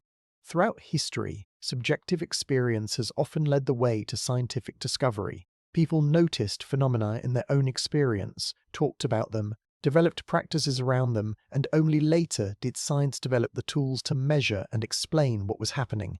The discovery that the Earth has a magnetic field itself followed this pattern. Sailors had noticed for centuries that lodestones would point north, and they used this property for navigation long before anyone understood what magnetism was or why it worked. The scientific understanding came later, built on a foundation of practical knowledge and careful observation. Similarly, if people throughout history have noticed subtle directional sensations or have developed practices that enhance spatial awareness, then those experiences and practices deserve scientific investigation, even if they come wrapped in cultural or spiritual frameworks that seem foreign to modern science. The history of human magnetoreception research is full of such tensions between experiential knowledge and scientific validation, between what people report feeling and what can be measured objectively, between the subjective and the objective, the qualitative and the quantitative. Navigating these tensions requires intellectual humility and openness from both sides. Scientists need to take subjective reports seriously even when they're difficult to verify, and people making claims based on personal experience need to be willing to subject those claims to rigorous testing. When this works well, the result is a richer understanding that incorporates both the precision of scientific measurement and the depth of lived experience. Let's think now about how the environment we create for ourselves affects not just whether we can consciously access magnetoreception, but whether the sense can function properly at all, even at an unconscious level. The Earth's natural magnetic field is relatively weak, about half a Gauss at the surface, which is strong enough to orient a compass needle but much weaker than the magnetic fields produced by many modern technologies. A typical refrigerator magnet produces a field of about 10 to 100 Gauss. A magnetic resonance imaging machine produces fields of 10,000 to 30,000 Gauss, and even common electronic devices like smartphones, computers, and televisions produce local magnetic field disturbances that can be many times stronger than the Earth's natural field. This means that most people in modern industrialized societies spend much of their time in magnetically noisy environments where the natural geomagnetic field is masked or distorted by artificial sources. For animals that rely on magnetoreception for navigation, this electromagnetic pollution can be a serious problem. There's evidence that migratory birds become disoriented when flying through areas with strong electromagnetic fields, from radio towers or power lines, and sea turtles can be confused by magnetic anomalies created by underwater cables or metal structures. If humans have functional magnetoreception, even at an unconscious level, then we're facing the same problem, constantly bathed in artificial magnetic fields that might interfere with our ability to detect or correctly interpret the Earth's natural field. Some researchers have suggested that this magnetic pollution might contribute to various health problems, though the evidence for direct health effects remains controversial and inconclusive. What's more clearly established is that artificial magnetic fields can affect biological systems in various ways, altering cell behavior, influencing the production of certain hormones like melatonin, and potentially disrupting circadian rhythms. Whether these effects operate through magnetoreception specifically or through other mechanisms is unclear, but the point is that we're conducting a vast uncontrolled experiment on our cells by surrounding ourselves with artificial electromagnetic fields, without fully understanding the consequences. This is not an argument for abandoning technology. The benefits of electricity and electronics are enormous, and I'm not suggesting we return to a pre-industrial existence. But it is an argument for taking seriously the possibility that our electromagnetic environment affects us in ways we don't yet fully understand, and for designing our technologies and living spaces with an awareness of potential impacts on biological systems, including potentially magnetoreception. Some architects and designers are already thinking along these lines, considering factors like electromagnetic field levels when designing buildings, particularly in spaces where people spend long periods like bedrooms or offices. Simple interventions like using twisted or shielded electrical wiring, keeping electrical devices away from sleeping areas, or incorporating materials that provide some electromagnetic shielding can significantly reduce field levels. Whether these interventions have measurable health benefits remains to be proven, but they represent a precautionary approach that acknowledges our uncertainty about biological effects of electromagnetic fields. For someone interested in exploring their own potential magnetoreceptive abilities, creating a magnetically clean environment might be an important first step. Finding locations away from power lines and electronic devices, spending time in natural areas where the Earth's magnetic field is less disturbed by artificial sources, and paying attention to any differences in how you feel or how well you maintain orientation in different electromagnetic environments. This kind of personal experimentation can't prove anything scientifically. Individual experiences are too variable and too subject to placebo effects and confirmation bias to constitute reliable evidence, but they can generate hypotheses and insights that might inform more rigorous research. The placebo effect itself is an interesting consideration in this context, because if you believe you can sense magnetic fields, you might indeed perform better on orientation tasks, not because you're actually detecting magnetism, but because you're actually detecting magnetism, but because the belief enhances your confidence and your attention to other navigational cues. Disentangling genuine magnetoreception from placebo effects and from enhanced use of conventional senses requires carefully controlled experiments, which is why the scientific study of human magnetoreception is so methodologically challenging. Researchers have to control not just for obvious factors like visual and auditory cues, but also for more subtle influences like the participants' expectations, their motivation, their arousal level, and even factors like time of day and geomagnetic activity, which can affect the strength and stability of the Earth's magnetic field. The geomagnetic field itself is not constant. It fluctuates on various timescales in response to solar activity. The solar wind streaming from the sun interacts with the Earth's magnetosphere, creating disturbances that can temporarily strengthen, weaken, or distort the field. During geomagnetic storms caused by solar flares or coronal mass ejections, these fluctuations can be quite dramatic, and there's some evidence that animals and possibly humans are affected by them. Some studies have found correlations between geomagnetic storm activity and various biological and psychological phenomena, including changes in heart rate variability, increased incidence of certain types of medical emergencies, changes in mood and cognitive performance, and alterations in sleep patterns. The mechanisms behind these correlations, if they're real and not just statistical artifacts, remain unclear, but magnetoreception is one plausible candidate. If your brain is processing information about the Earth's magnetic field at an unconscious level, then sudden changes or disruptions in that field might be detected as anomalous or threatening, potentially triggering stress responses or disrupting normal physiological rhythms. This is entirely speculative, but it's the kind of hypothesis that becomes worth investigating once you accept the possibility of human magnetoreception. The study of how solar and geomagnetic activity affects biology is called heliobiology, And while it's a field that has sometimes attracted questionable science and overblown claims, there's also legitimate research being done on these questions, particularly in relation to animal behavior and migration timing. If humans are affected by geomagnetic variations, even subtly, it would add another layer to our connection with the broader cosmos. We would be sensitive not just to the Earth's magnetic field, but to the solar activity that modulates it, making us responsive to events happening 93 million miles away on the surface of the Sun. There's something profound about that idea, that your mood or your sleep or your sense of orientation might be influenced by a solar flare, by the dance of plasma and magnetic fields in the Sun's corona, by the fundamental physical processes that power our star and make life on Earth possible. It emphasizes once again that we are not separate from the cosmos, but embedded in it, affected by it, part of the vast interconnected web of cause and effect that extends from the quantum scale to the cosmic scale. Magnetoreception, if we have it, is one of the threads in that web, connecting our individual consciousness to the planetary magnetic field, and through it to the Sun and to the solar wind, and ultimately to the entire heliosphere, the bubble of solar influence that surrounds our solar system and separates it from interstellar space. When you think about it that way, even the loss of conscious magnetoreception seems less like a simple deficit and more like a forgotten connection, a broken thread in the web that we might have the opportunity to repair or at least to become aware of again.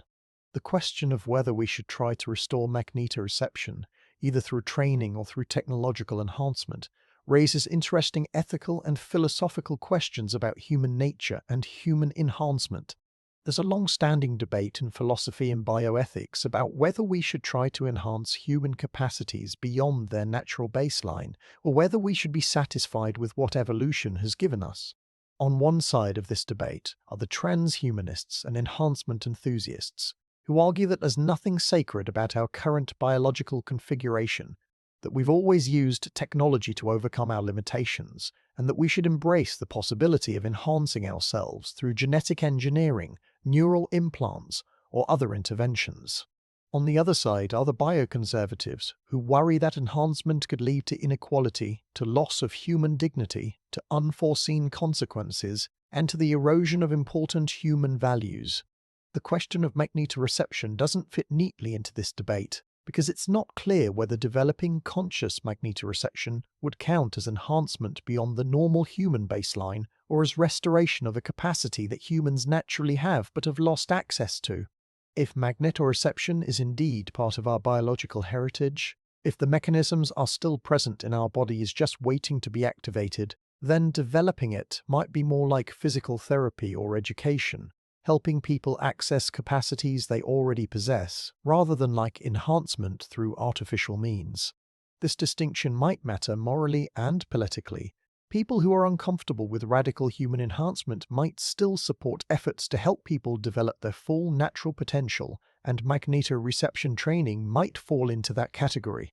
On the other hand, if magnetoreception in modern humans is truly vestigial, if the mechanisms have degraded to the point where they can't function without significant artificial support, then using technology to restore or enhance the sense would be more clearly a form of enhancement beyond the natural baseline. Some researchers have explored the possibility of creating artificial magnetoreception using external devices.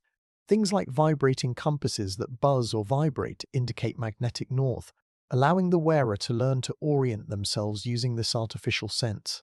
Studies with these devices have shown that people can indeed learn to use them effectively, and after extended use, some users report that the information starts to feel intuitive, less like reading a device, and more like directly sensing direction.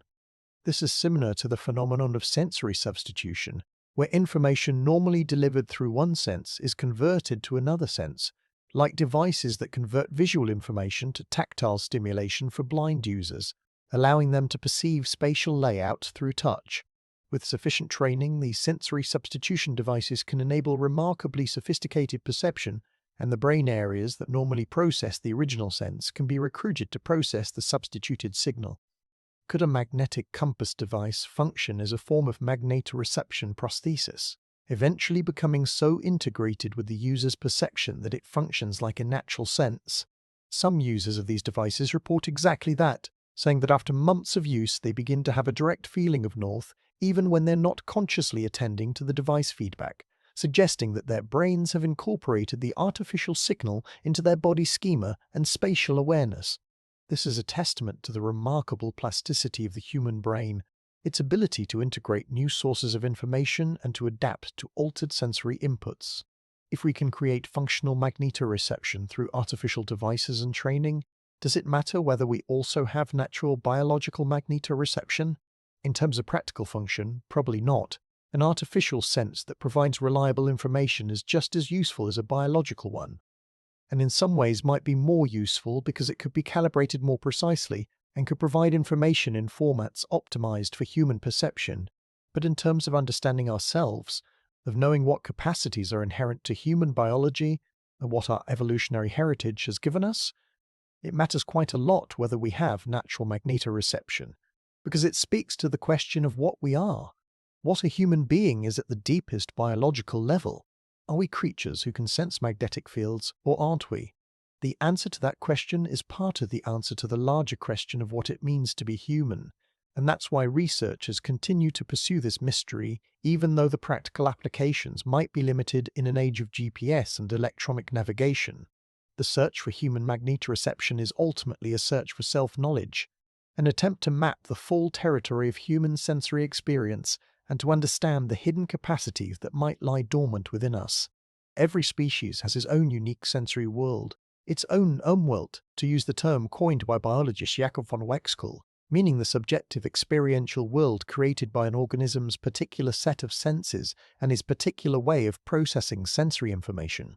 A tick lives in an Umwelt dominated by smell and temperature, waiting for the chemical signature of butyric acid that indicates a warm-blooded animal nearby. A bee lives in an Umwelt that includes ultraviolet colors invisible to humans and polarized light patterns in the sky that reveal the position of the sun even on cloudy days. A bat lives in an Umwelt constructed from echoes, where objects are perceived by their acoustic reflections, and distances are measured in the time delays between emission and return. Each Umwelt is equally real to the organism experiencing it, and each reveals different aspects of the shared physical world we all inhabit. The human Umwelt, as we typically understand it, is dominated by vision and hearing, with supporting roles for touch, taste, and smell, and with various internal senses providing information about body state and position. But perhaps the human Umwelt is larger and richer than we've realized. Perhaps it includes subtle senses like magnetoreception that operate below the threshold of consciousness, coloring our experience in ways we don't recognize, influencing our behavior and our feelings about places and directions, providing information that integrates seamlessly with our conscious perceptions without ever announcing itself as a separate sensory channel. If this is true, then studying magnetoreception isn't just about adding one more item to the list of human senses, it's about reconsidering the entire structure of human perception and recognizing that our conscious experience might be supported by sensory processes we're completely unaware of. This has implications for how we think about consciousness itself, because it suggests that consciousness is not simply a readout of all available sensory information, but rather a highly selective constructed representation that includes some sensory signals while excluding others, and the question of which signals get included and which get excluded is determined by a complex interaction of evolutionary history, developmental experience, cultural learning, and moment-to-moment attention. The fact that magnetoreceptive information might be processed unconsciously doesn't make it less real or less important. It just means it's part of the hidden foundation that supports conscious experience, rather than part of the conscious experience itself. This is true of much of what our brains do. The vast majority of neural processing happens unconsciously, with only the final result sometimes bubbling up into awareness. Your visual system performs enormously complex computations to extract edges, colors, motion, and depth from the pattern of light hitting your retina. But you're not aware of these computations. You're only aware of the final result, the perception of a coherent, three-dimensional visual scene.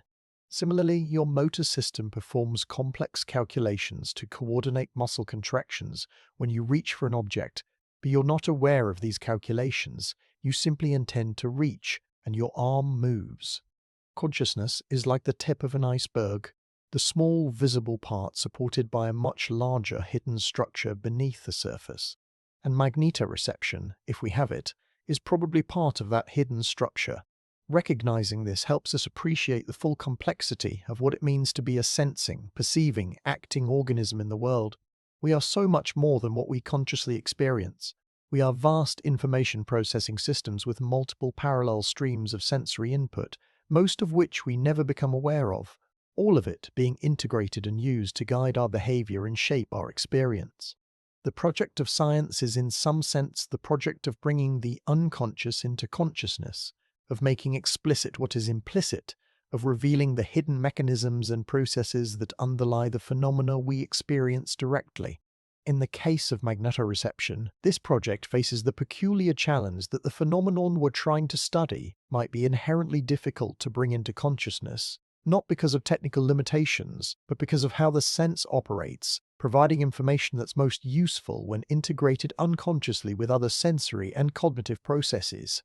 Trying to become consciously aware of magnetoreception might be like trying to become consciously aware of the individual muscle contractions involved in walking, possible with great effort and attention, but actually counterproductive because it interferes with the smooth unconscious coordination that makes the activity work well. This might explain why magnetoreception, if humans have it, remains stubbornly unconscious. It might work better that way, providing background information about orientation that influences our spatial cognition without cluttering conscious awareness with details we don't need to explicitly know. Think about how you navigate through a familiar building. You don't consciously think about the directions you're facing or the absolute spatial layout. You just know that your office is that way, and the bathroom is that way, and the exit is that way, and the exit is that way. And you can maintain this knowledge even as you turn corners and move through spaces, constantly updating your sense of where things are relative to your current position. This ability, called spatial updating, is something humans are quite good at, and it seems to operate largely unconsciously.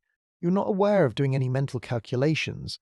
You just have an intuitive sense of where things are. Could unconscious magnetoreception contribute to this ability, providing a stable frame of reference that helps you keep track of absolute directions as you move through space? It's certainly plausible, and it would explain why people sometimes feel disoriented in buildings that are oriented in unusual directions, or that have layouts that don't align with the cardinal directions. The magnetoreceptive information would be conflicting with the learned layout, creating a subtle sense of confusion. Testing this hypothesis would require very careful experiments that control for other factors, like visual symmetry and landmark availability, but is the kind of question that becomes tractable once we accept that magnetoreception might exist and might function unconsciously. The relationship between conscious and unconscious processing is one of the deepest mysteries in neuroscience and philosophy of mind. We know that unconscious processes can influence behavior and even conscious thoughts and feelings, but we don't fully understand how information transitions from unconscious to conscious, or what determines which information makes that transition. Some theories propose that consciousness arises when information is globally broadcast across the brain, becoming available to multiple cognitive systems including language, memory, and executive control, while unconscious processing remains localized in specialized modules.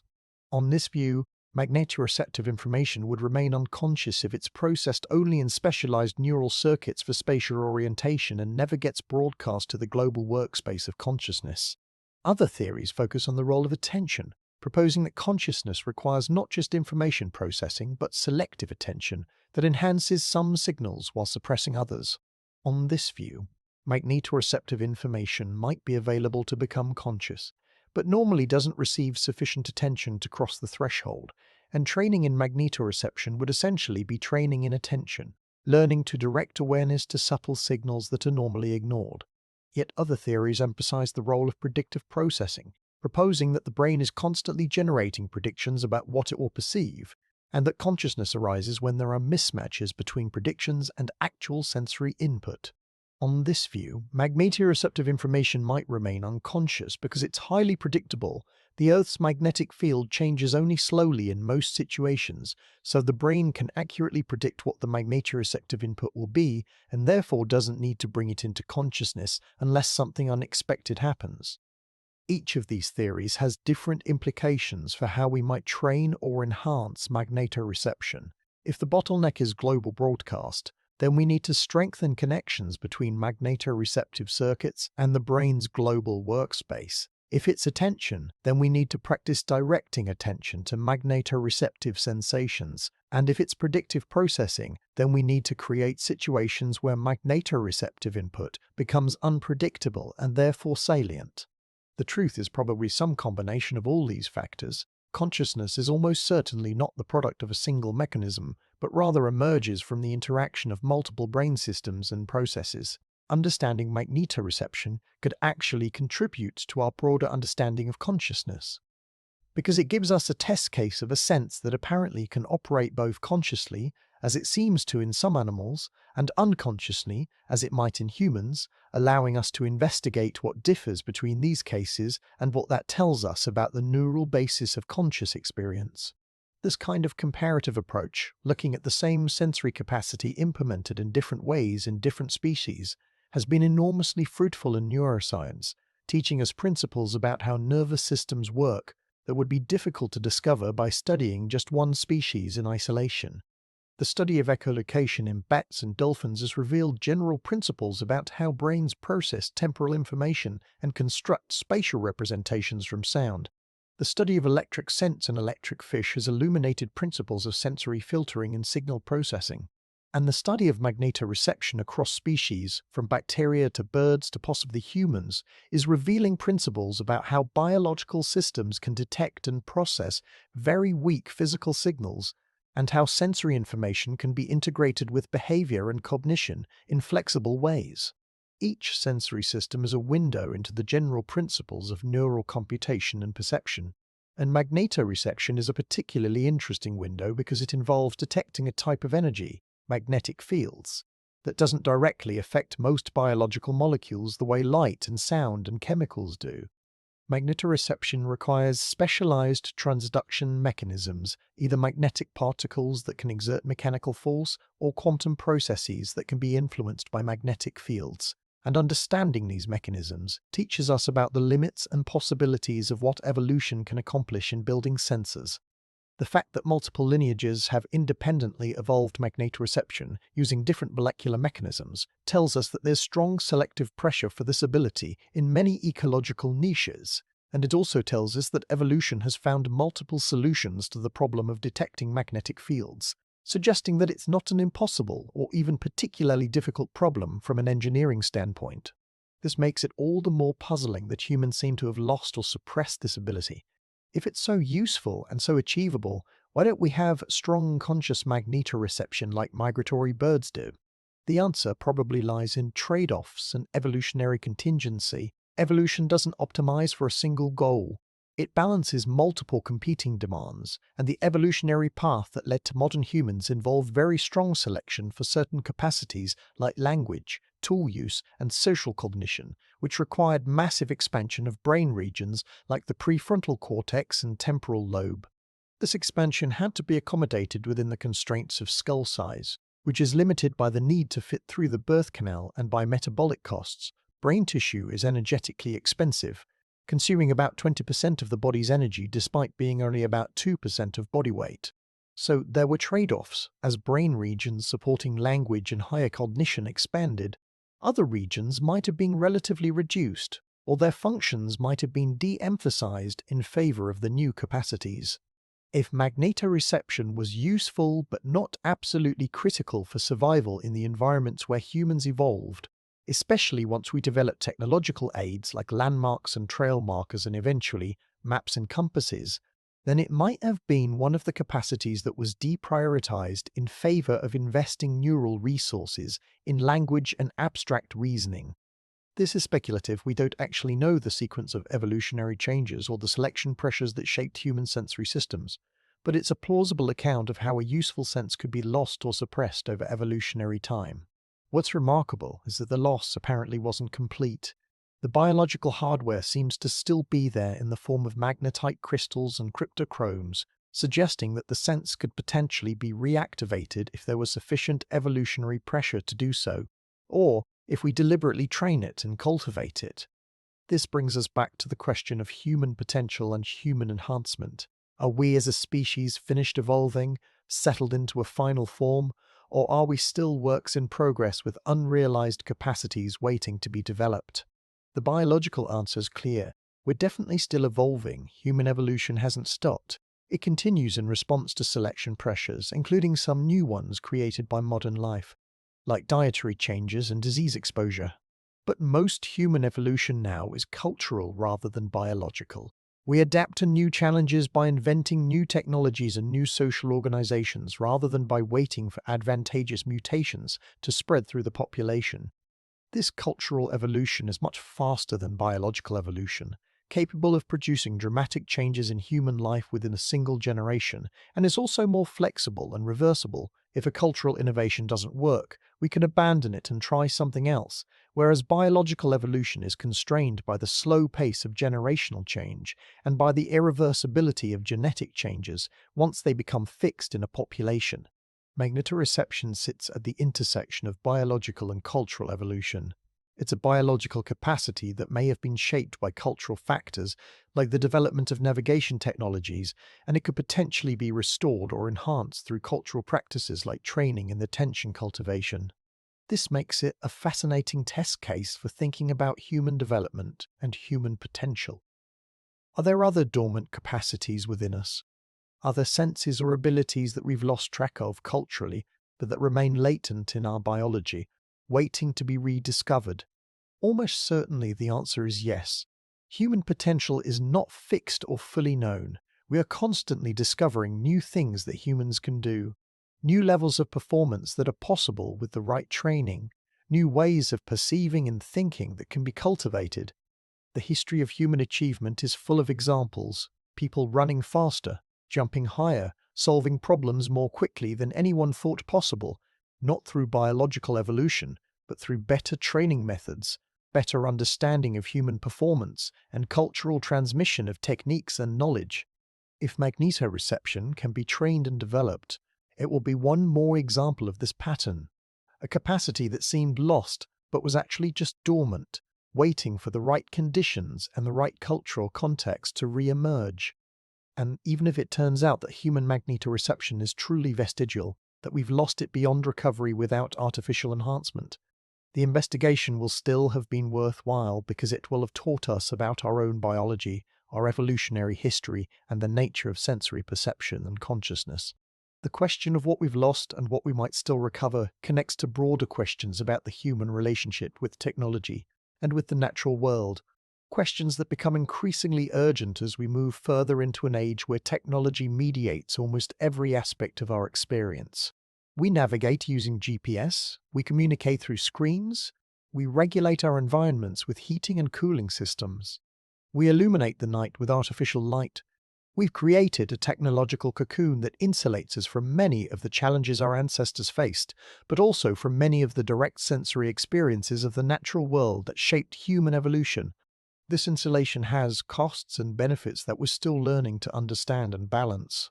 On the benefit side, technology has freed us from many forms of suffering and limitation.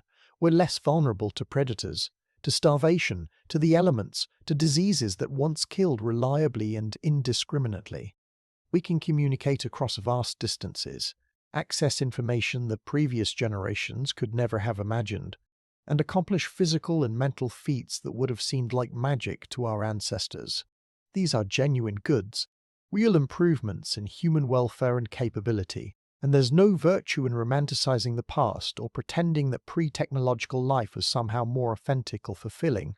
It was mostly shorter, harder, and more constrained by necessity. But on the cost side, our technological insulation has separated us from experiences and capacities that were once central to human life, and we're only beginning to understand what we might have lost in that separation. The loss of magnetoreception, if it's real, is just one example of a broader pattern where sensory capacities that were once essential have atrophied or been suppressed because we no longer need them for survival. Our sense of smell is weaker than that of most mammals, probably because vision became more important as our ancestors moved into open savanna environments and began walking upright, elevating the eyes and making visual scanning more effective than olfactory tracking. Our night vision is poor compared to many animals, probably because our ancestors became primarily diurnal, active during the day when color vision and detail perception are more useful than sensitivity to low light levels. Our hearing doesn't extend into the ultrasonic ranges that bats and rodents can perceive, and we can't detect infrared radiation the way some snakes can. Each of these limitations represents a trade-off, an evolutionary choice to specialize in some capacities at the expense of others, and each one means that there are aspects of reality that exist but that we simply don't perceive directly. This should inspire humility about our knowledge and our perception. We don't experience reality as it fully is. We experience a edited, filtered version shaped by our particular sensory apparatus and our particular evolutionary history. The colors we see don't exist in the external world. They're constructions of our visual system, ways of categorizing different wavelengths of electromagnetic radiation. The sounds we hear don't exist as sounds out there. There are interpretation of pressure waves in the air. Even space and time, the basic framework within which we experience everything else, may be more about how our brains organize information than about the fundamental nature of reality itself. This recognition that perception is constructed and limited should make us curious about what we might be missing. What aspects of reality are there but invisible to us, and whether we might be able to expand our perceptual horizons through technology, through training, or through understanding the hidden capacities we already possess. Magnetoreception represents one specific instance of this general project of expanding human perception, but the project is much broader and includes many different approaches and technologies. Some researchers are working on sensory augmentation devices that add entirely new senses, like the ability to detect electromagnetic fields, radiation levels, or chemical concentrations in the air. Others are working on enhancing existing senses through genetic modification or through neural interfaces that bypass damaged sensory organs. Still others are exploring how training in attention can reveal perceptual capacities that are latent in the nervous system but normally unused. This is the approach most relevant to magnetoreception, the idea that the sense might already be there neurologically but just needs to be cultivated and brought into awareness. Each approach has its own possibilities and challenges, its own ethical implications and practical limitations, but all of them share the common goal of expanding the bandwidth of human perception, allowing us to receive more information about the world around us and to experience reality more fully and richly. Why would we want to do this? The practical reasons are obvious. Better perception enables better navigation, better decision-making, better understanding of our environment and our relationship to it. But there are also less tangible reasons having to do with the quality and depth of experience itself, with what philosophers call qualia, the subjective character of experience, what it's like to perceive something. Adding a new sense or enhancing an existing one doesn't just give you new information, it changes what it's like to be you. It enriches your experiential world in ways that can't be fully captured by talking about information processing or sensory bandwidth. Consider what it would be like to suddenly gain the ability to see ultraviolet light the way bees do. Flowers that look uniform in visible light would suddenly reveal intricate patterns, landing strips and nectar guides that the flowers evolved to show to pollinating insects. The sky would look different, showing patterns of polarization that reveal the sun's position even through clouds. Your entire visual experience would be transformed, not just by adding new information, but by reorganizing the whole structure of visual space, by revealing that things you thought you understood fully actually have hidden dimensions you never suspected. This is what a new sense can do. It doesn't just add to your existing experience, it restructures it, revealing that the world is stranger and richer than you realized. If we could develop or restore conscious magnetoreception, it would similarly transform spatial experience, adding a dimension of absolute direction that would change how you think about space and movement and orientation. You would never feel completely lost. You would always have access to the fundamental framework of cardinal directions, and your sense of place and location would be more stable and more integrated with the global geography of the planet. These might seem like small changes, but they could have profound effects on your psychological sense of groundedness and connection, on your confidence in navigating both literally and metaphorically, on your felt sense of being embedded in a physical world rather than floating free of any stable reference. The metaphorical implications are worth considering because human cognition is deeply embodied and spatial.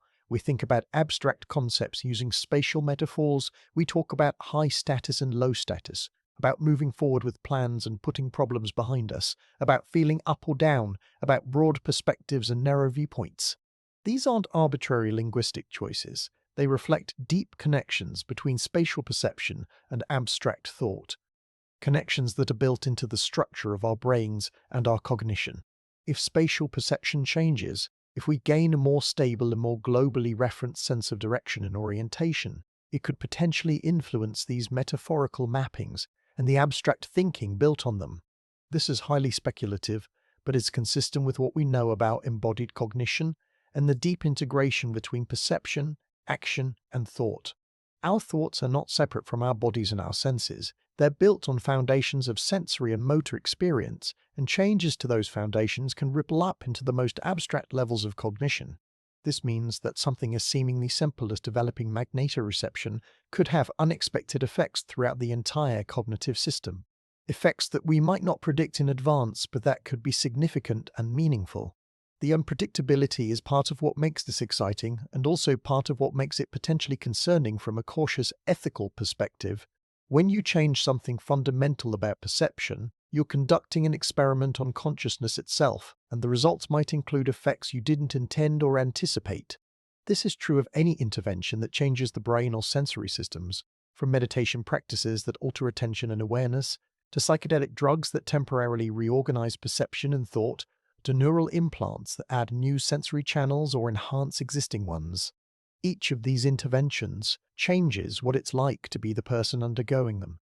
And we should approach such changes with a combination of curiosity and humility, eager to explore new possibilities but aware that we don't fully understand consciousness and that changing it can have complex and sometimes irreversible effects. In the case of magnetoreception, the risks seem relatively low since we're talking about potentially developing a sense that many animals have naturally and that humans may have had in our evolutionary past. So we're not venturing into completely unknown territory, but rather exploring a part of the natural range of biological possibility. Still, even low-risk interventions deserve thoughtful consideration, and anyone interested in training magnetoreception should approach it as a practice of self-exploration and discovery rather than as a simple skill acquisition, paying attention not just to whether they can detect magnetic fields, but to how the practice affects their overall experience and well-being. The practice of paying attention to subtle perceptions, of quieting the mind enough to notice sensations that are normally drowned out by louder signals, of cultivating patience and curiosity about internal experience. These are all valuable in themselves regardless of whether they successfully develop magnetoreception. They're aspects of mindfulness and embodied awareness that have well-documented benefits for mental health, stress reduction, and overall quality of life. So even if magnetoreception turns out to be a wild goose chase, even if humans simply don't have the capacity no matter how much we train, the pursuit would still be worthwhile as a contemplative practice and as a way of developing greater sensitivity to the full range of sensory experience we do have. This is an important point because it shifts the frame from success or failure, from proving or disproving a hypothesis, to a more open-ended exploration of perception and experience where the journey itself is valuable.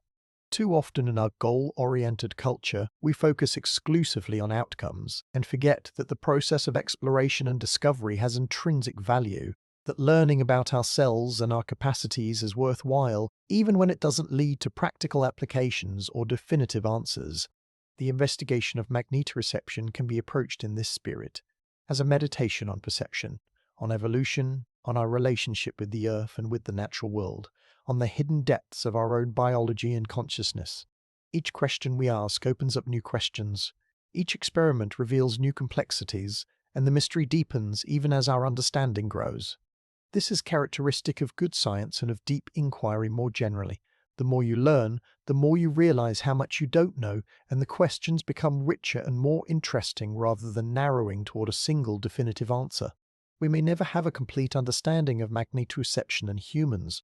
There may always be uncertainty and debate about exactly what capacity we have, and how it works, and what role it plays in our lives. But that uncertainty is not a failure of science or of understanding. It's a reflection of the genuine complexity and subtlety of the phenomenon, and it leaves room for ongoing exploration and discovery.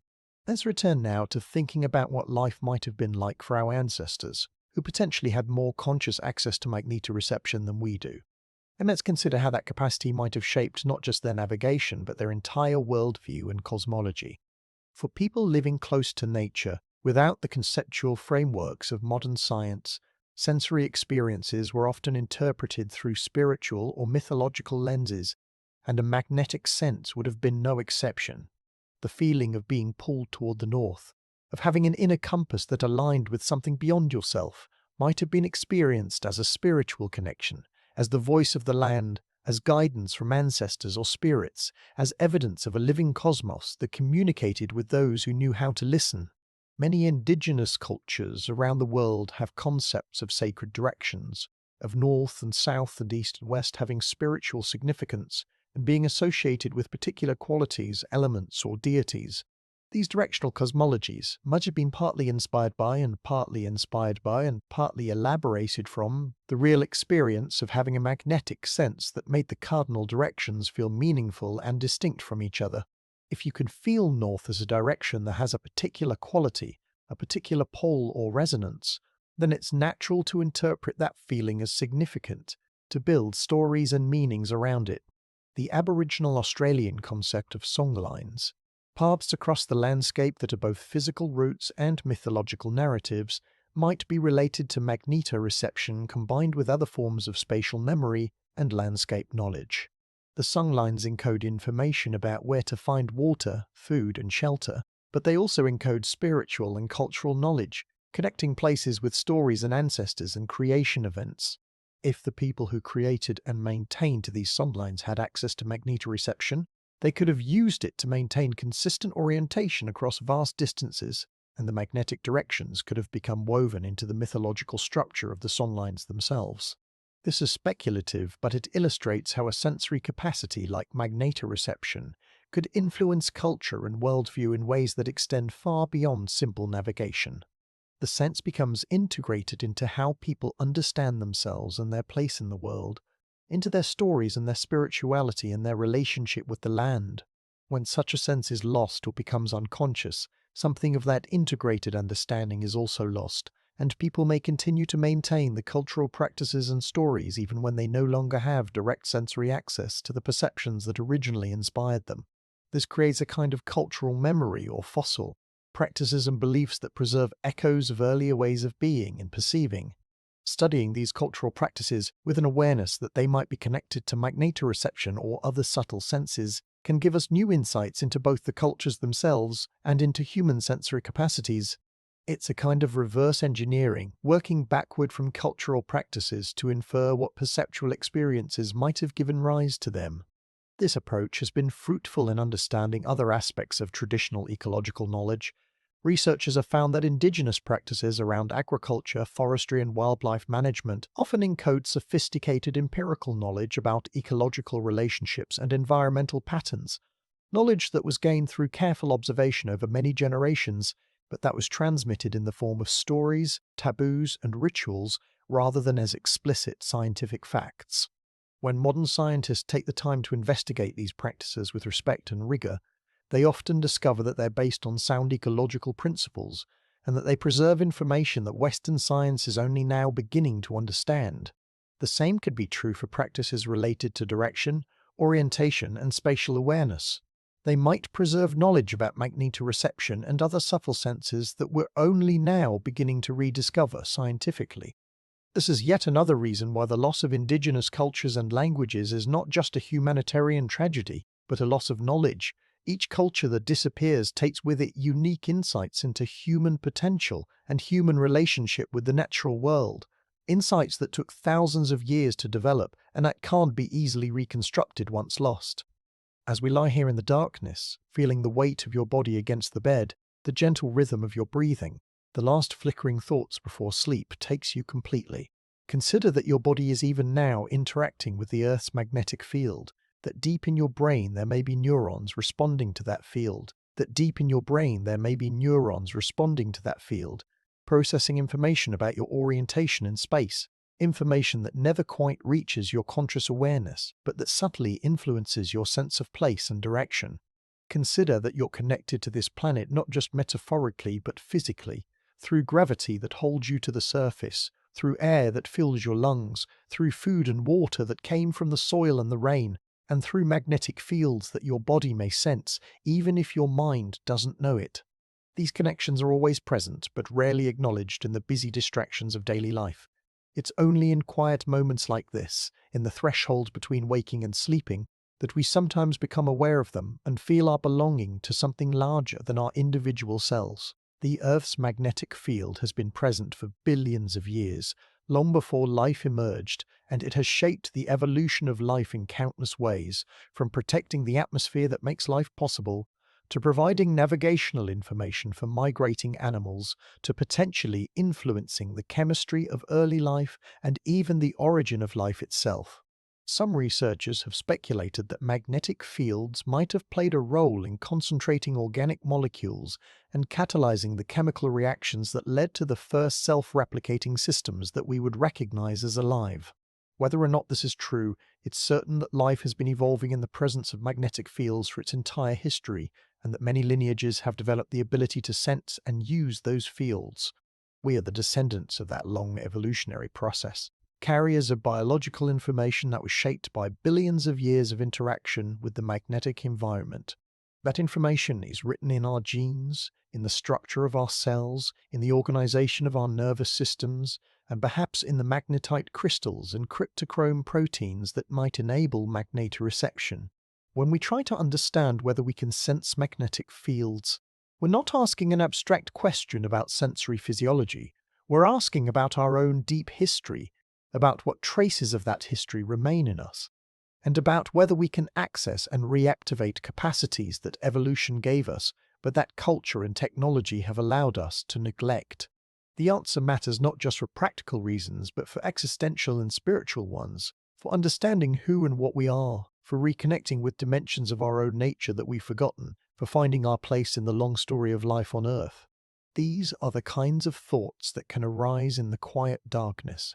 Thoughts that connect personal experience to cosmic scales, that find meaning in biological details, that make the scientific investigation of magnetoreception feel like part of a larger quest for understanding and belonging. Science at its best is not just a method for acquiring factual knowledge, but a form of contemplation, a way of looking deeply into the nature of things and finding wonder and significance in what we discover. The mystery of whether humans can sense magnetic fields is a small question in some ways, relevant to only one sense in one species. But it opens on to larger questions about perception and consciousness and evolution and our relationship with the natural world, questions that have occupied philosophers and scientists and spiritual seekers for centuries and that remain as vital and as open as ever. As sleep approaches, as your conscious mind begins to dissolve into the formless awareness that precedes dreams, perhaps you can sense yourself as a biological organism embedded in a magnetic field, held by the Earth, connected to the cosmos, participating in patterns of energy and information that extend far beyond your individual consciousness. Perhaps in your dreams tonight, you'll fly across vast distances with perfect knowledge of direction, or you'll walk through strange landscapes with an unerring sense of where you are and where you're going. Or you'll simply rest in a deep peace that comes from feeling fundamentally oriented and connected. These dream experiences might be your magnetoreceptive system, expressing itself in the only way it knows how, freed from the constraints and filters of waking consciousness, showing you a capacity that's always been there, but that you've never quite noticed. Or they might just be dreams, random neural firings with no special significance. But even random dreams can sometimes reveal truths about what we carry within us, what potentials lie dormant waiting for the right conditions to awaken.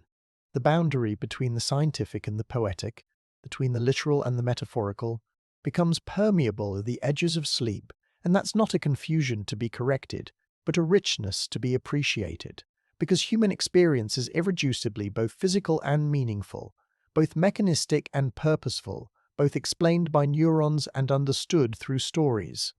Magnetoreception, whether it's a real biological capacity or a useful fiction, serves both purposes.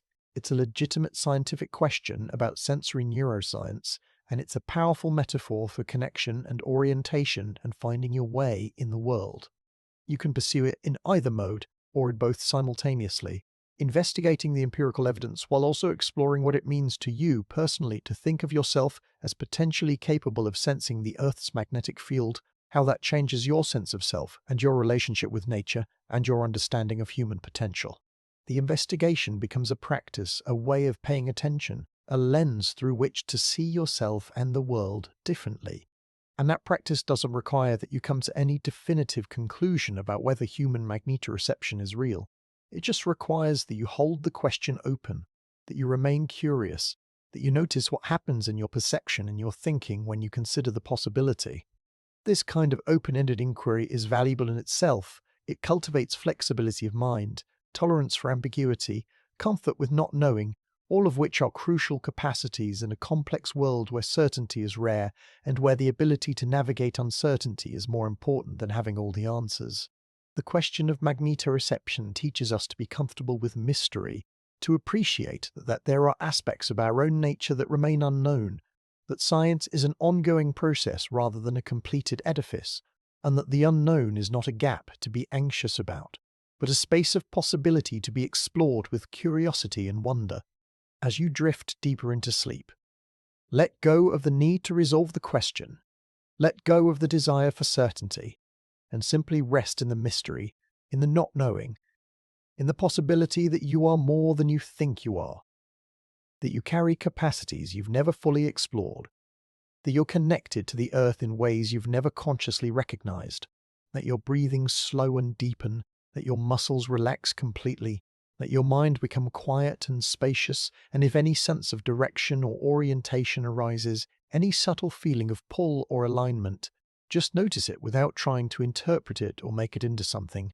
Just let it be there as one more aspect of the complex multisensory experience of being embodied, of being alive, of being a human animal on this spinning planet with its protective magnetic embrace. Sleep is itself a kind of reorientation, a daily dissolution of the structures of waking consciousness, a return to something more fundamental and less differentiated.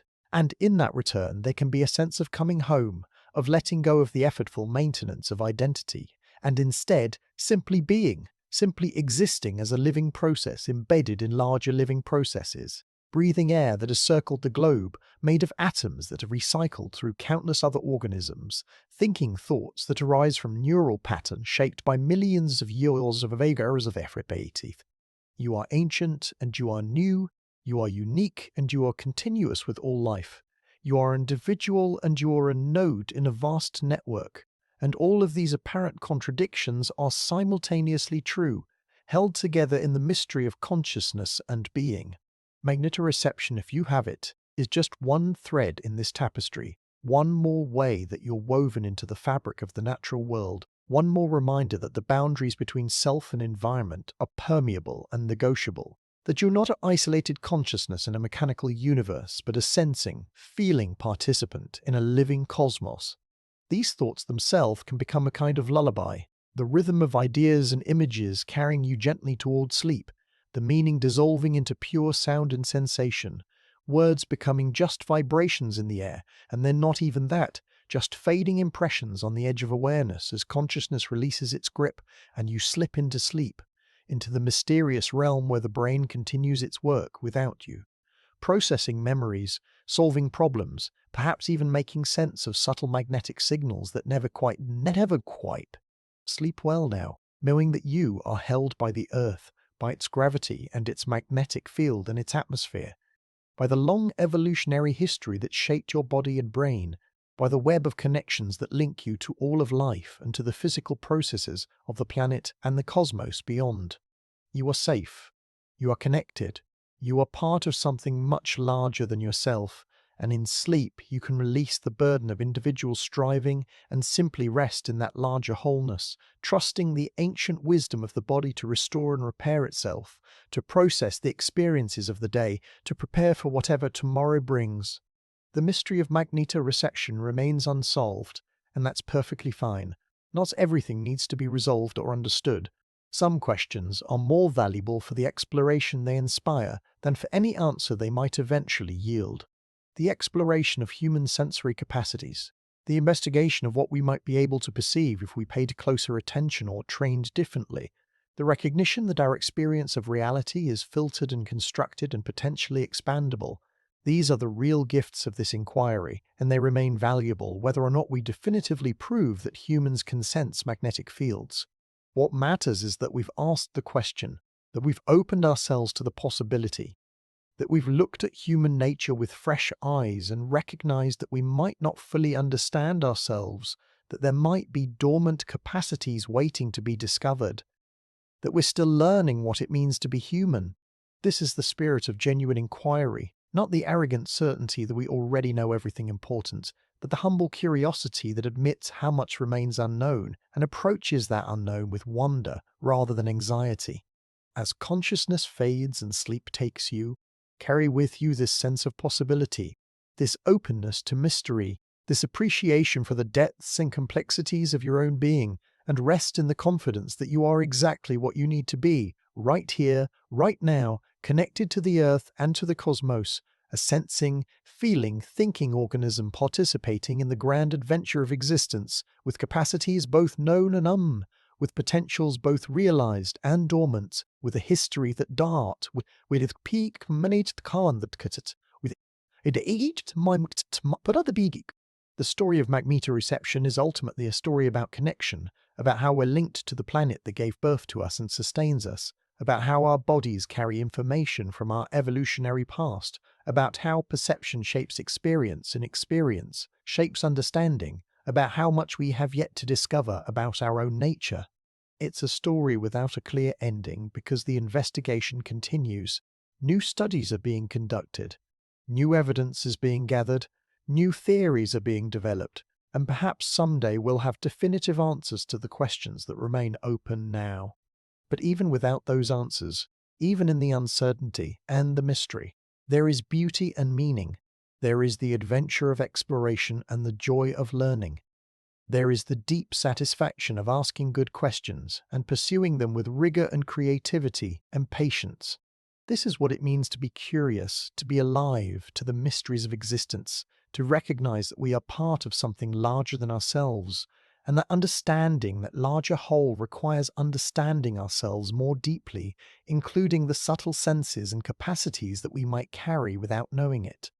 So rest now, let sleep carry you into its restorative darkness, and trust that whether or not you can consciously sense the Earth's magnetic field, you are nonetheless connected to it and influenced by it, part of the magnetic dance that links all life on this planet to the deep interior processes that generate the field and to the solar processes that modulate it.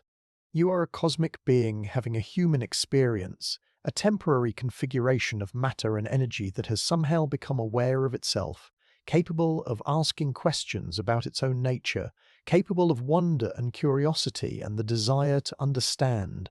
That capacity for self-reflection and inquiry is perhaps the most remarkable thing about being human, more remarkable even than any specific sense or ability, because it allows us to step outside our immediate experience and ask what else might be possible.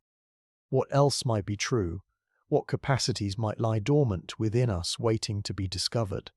The question of magnetoreception has taken us on a journey through evolution and neuroscience, through physics and philosophy, through questions about consciousness and perception and human potential, and along the way we've discovered that the question itself is more interesting and more fruitful than any simple answer could be. We've learned that human perception is more complex and more mysterious than we often assume, that the boundary between the known and the unknown runs right through the middle of our own bodies and brains, that we are still discovering what it means to be human, what capacities we have, what our relationship is to the natural world that shaped us. These are questions worth pondering, worth exploring, worth carrying with you as you move through your life, and they're particularly appropriate thoughts for the threshold of sleep, for that liminal space where consciousness loosens its grip and other ways of knowing and being become possible. In your dreams tonight, you might fly with the migrating birds, sensing the magnetic field lines that guide them across continents, or you might walk with your ancient ancestors, feeling the pull of the earth that helped them find their way across unfamiliar landscapes. Or you might simply rest in deep peace, held by forces you don't understand, but that sustain you nonetheless. However sleep comes to you tonight, may it be restorative and deep, may it carry you into the darkness and bring you back refreshed, may it remind you that you are part of the natural cycles of rest and activity, darkness and light that govern all life on earth. And when you wake, may you carry with you some sense of wonder about your own capacities, some curiosity about what else you might be capable of perceiving or doing if you paid attention differently or trained in new ways, some appreciation for the mystery and complexity of being a human animal in a world that is stranger and richer than our everyday perception suggests. The investigation of magnetoreception continues in laboratories around the world. Scientists are conducting experiments, analyzing data, developing new theories, and gradually we're piecing together a fuller picture of how this sense works and what role it might play in human life. Perhaps by the time you hear this, new discoveries will have been made, new evidence will have emerged, and we'll know more than we did when these words were written. Or perhaps the mystery will have deepened, new complexities will have been revealed, and we'll find ourselves with more questions than answers, which is often how science progresses, each answer opening up new questions, each discovery revealing new horizons of ignorance. Either way, the exploration continues, driven by curiosity and by the fundamental human desire to understand ourselves and our place in the world. That desire is what makes us human in a deep sense, not just our intelligence or our language or our technology, but our capacity for wonder, our ability to ask questions about our own nature, our willingness to explore the unknown even when we're not sure what we'll find. The question of whether humans can sense magnetic fields is one small part of this larger quest, but it's a particularly intriguing part because it connects so many different domains, from molecular biology to cognitive neuroscience, from molecular history to contemplative practice, from physics to philosophy, from individual perception to cultural worldviews. Following the threads of this question has taken us on a wide-ranging journey, and if you've stayed with me this far, I hope you've found it interesting and thought-provoking. I hope it's given you a new perspective on human perception and human potential, and I hope it sparked some curiosity about exploring your own sensory capacities and paying attention to subtle aspects of your experience that you might normally overlook. The practices of mindfulness and embodied awareness that can potentially enhance magnetoreception are valuable in their own right, regardless of whether they lead to conscious perception of magnetic fields, because they cultivate presence, attention, and connection with your immediate sensory experience, all of which contribute to well-being and to a richer, fuller engagement with life. So even if magnetoreception remains forever just beyond the reach of your conscious awareness, the attempt to develop it can still enrich your life and deepen your understanding of yourself. This is true of many contemplative and exploratory practices. The value is often more in the doing than in any specific outcome or achievement. The practice itself transforms you in ways that go beyond whatever goal originally motivated you to begin.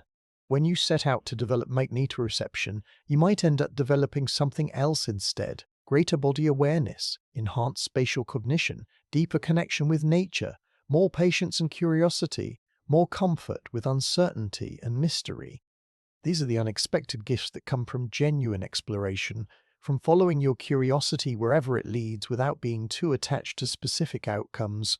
And now, as we approach the end of this journey together, as sleep draws very close and consciousness begins to fade, let me invite you to simply let go of everything we've talked about, all the science and speculation, all the questions and theories, and just rest in the simple, immediate reality of your body lying in bed, breathing, relaxing, preparing for sleep.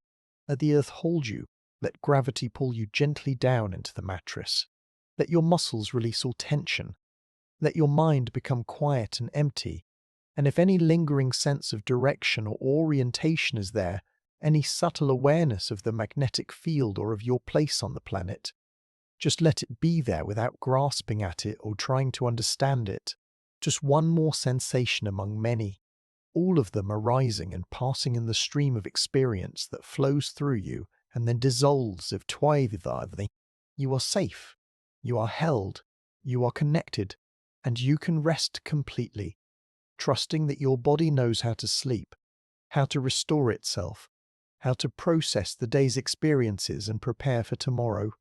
There's nothing you need to do, nowhere you need to go, nothing you need to figure out or understand. Just this moment, just this breath, just this gentle descent into sleep and dreams and the mysterious regenerative darkness where consciousness rests and the deeper processes of life continue their ancient work.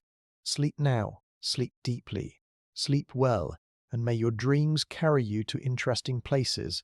May they show you new perspectives and possibilities, and may you wake refreshed and renewed, ready for whatever adventures tomorrow brings. If you found this exploration of the forgotten human sense fascinating, you might enjoy delving deeper into other mysteries of human biology and consciousness that we've explored on this channel. We have other sleep stories about the evolutionary secrets hidden in your DNA, about the mysterious connection between your gut bacteria and your emotions, about the quantum processes that might be happening in your brain right now, and about other lost or dormant capacities that humans might still possess. Each of these stories takes you on a journey through science and speculation, through what we know and what we're still discovering, always with the goal of expanding your sense of what's possible and deepening your appreciation for the magnificent complexity of being human. You'll find these videos on the channel, and I invite you to explore them when you're ready, each one designed to inform and intrigue while helping you relax into deep, restorative sleep. Some viewers like to listen to the same story multiple times, finding new details and new meanings with each listening, while others prefer to explore the variety of topics we cover. There's no right way, just follow your curiosity and your preferences.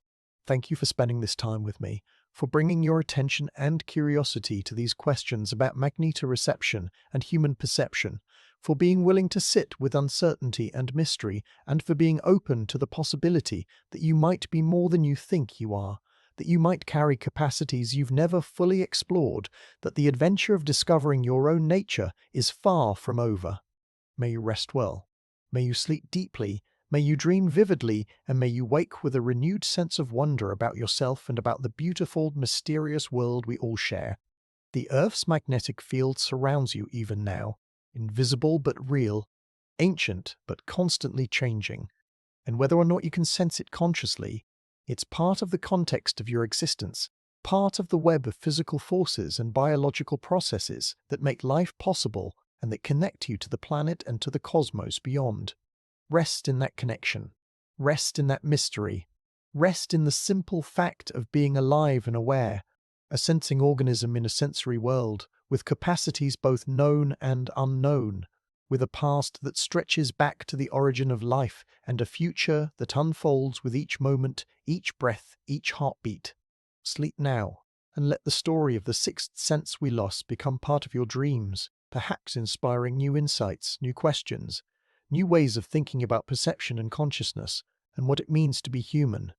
The exploration continues in laboratories and in contemplative practices, in scientific papers and in personal experiences, in the collective human quest to understand ourselves and our place in the grand unfolding of existence. You're part of that quest simply by being curious, by asking questions, by being willing to consider possibilities beyond your everyday experience. And that participation is valuable and meaningful, regardless of what answers we ultimately find.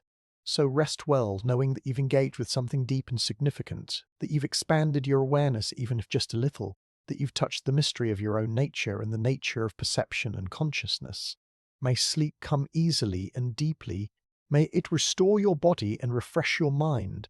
And may you wake tomorrow ready to engage with the world with renewed curiosity and wonder, carrying with you perhaps some lingering sense that reality is stranger and richer than it appears, that you are more complex and more connected than you usually realize, and that the adventure of being human is far from fully explored or understood. Good night, sleep well, and thank you for joining me on this journey through the mystery of the forgotten human sense we no longer use.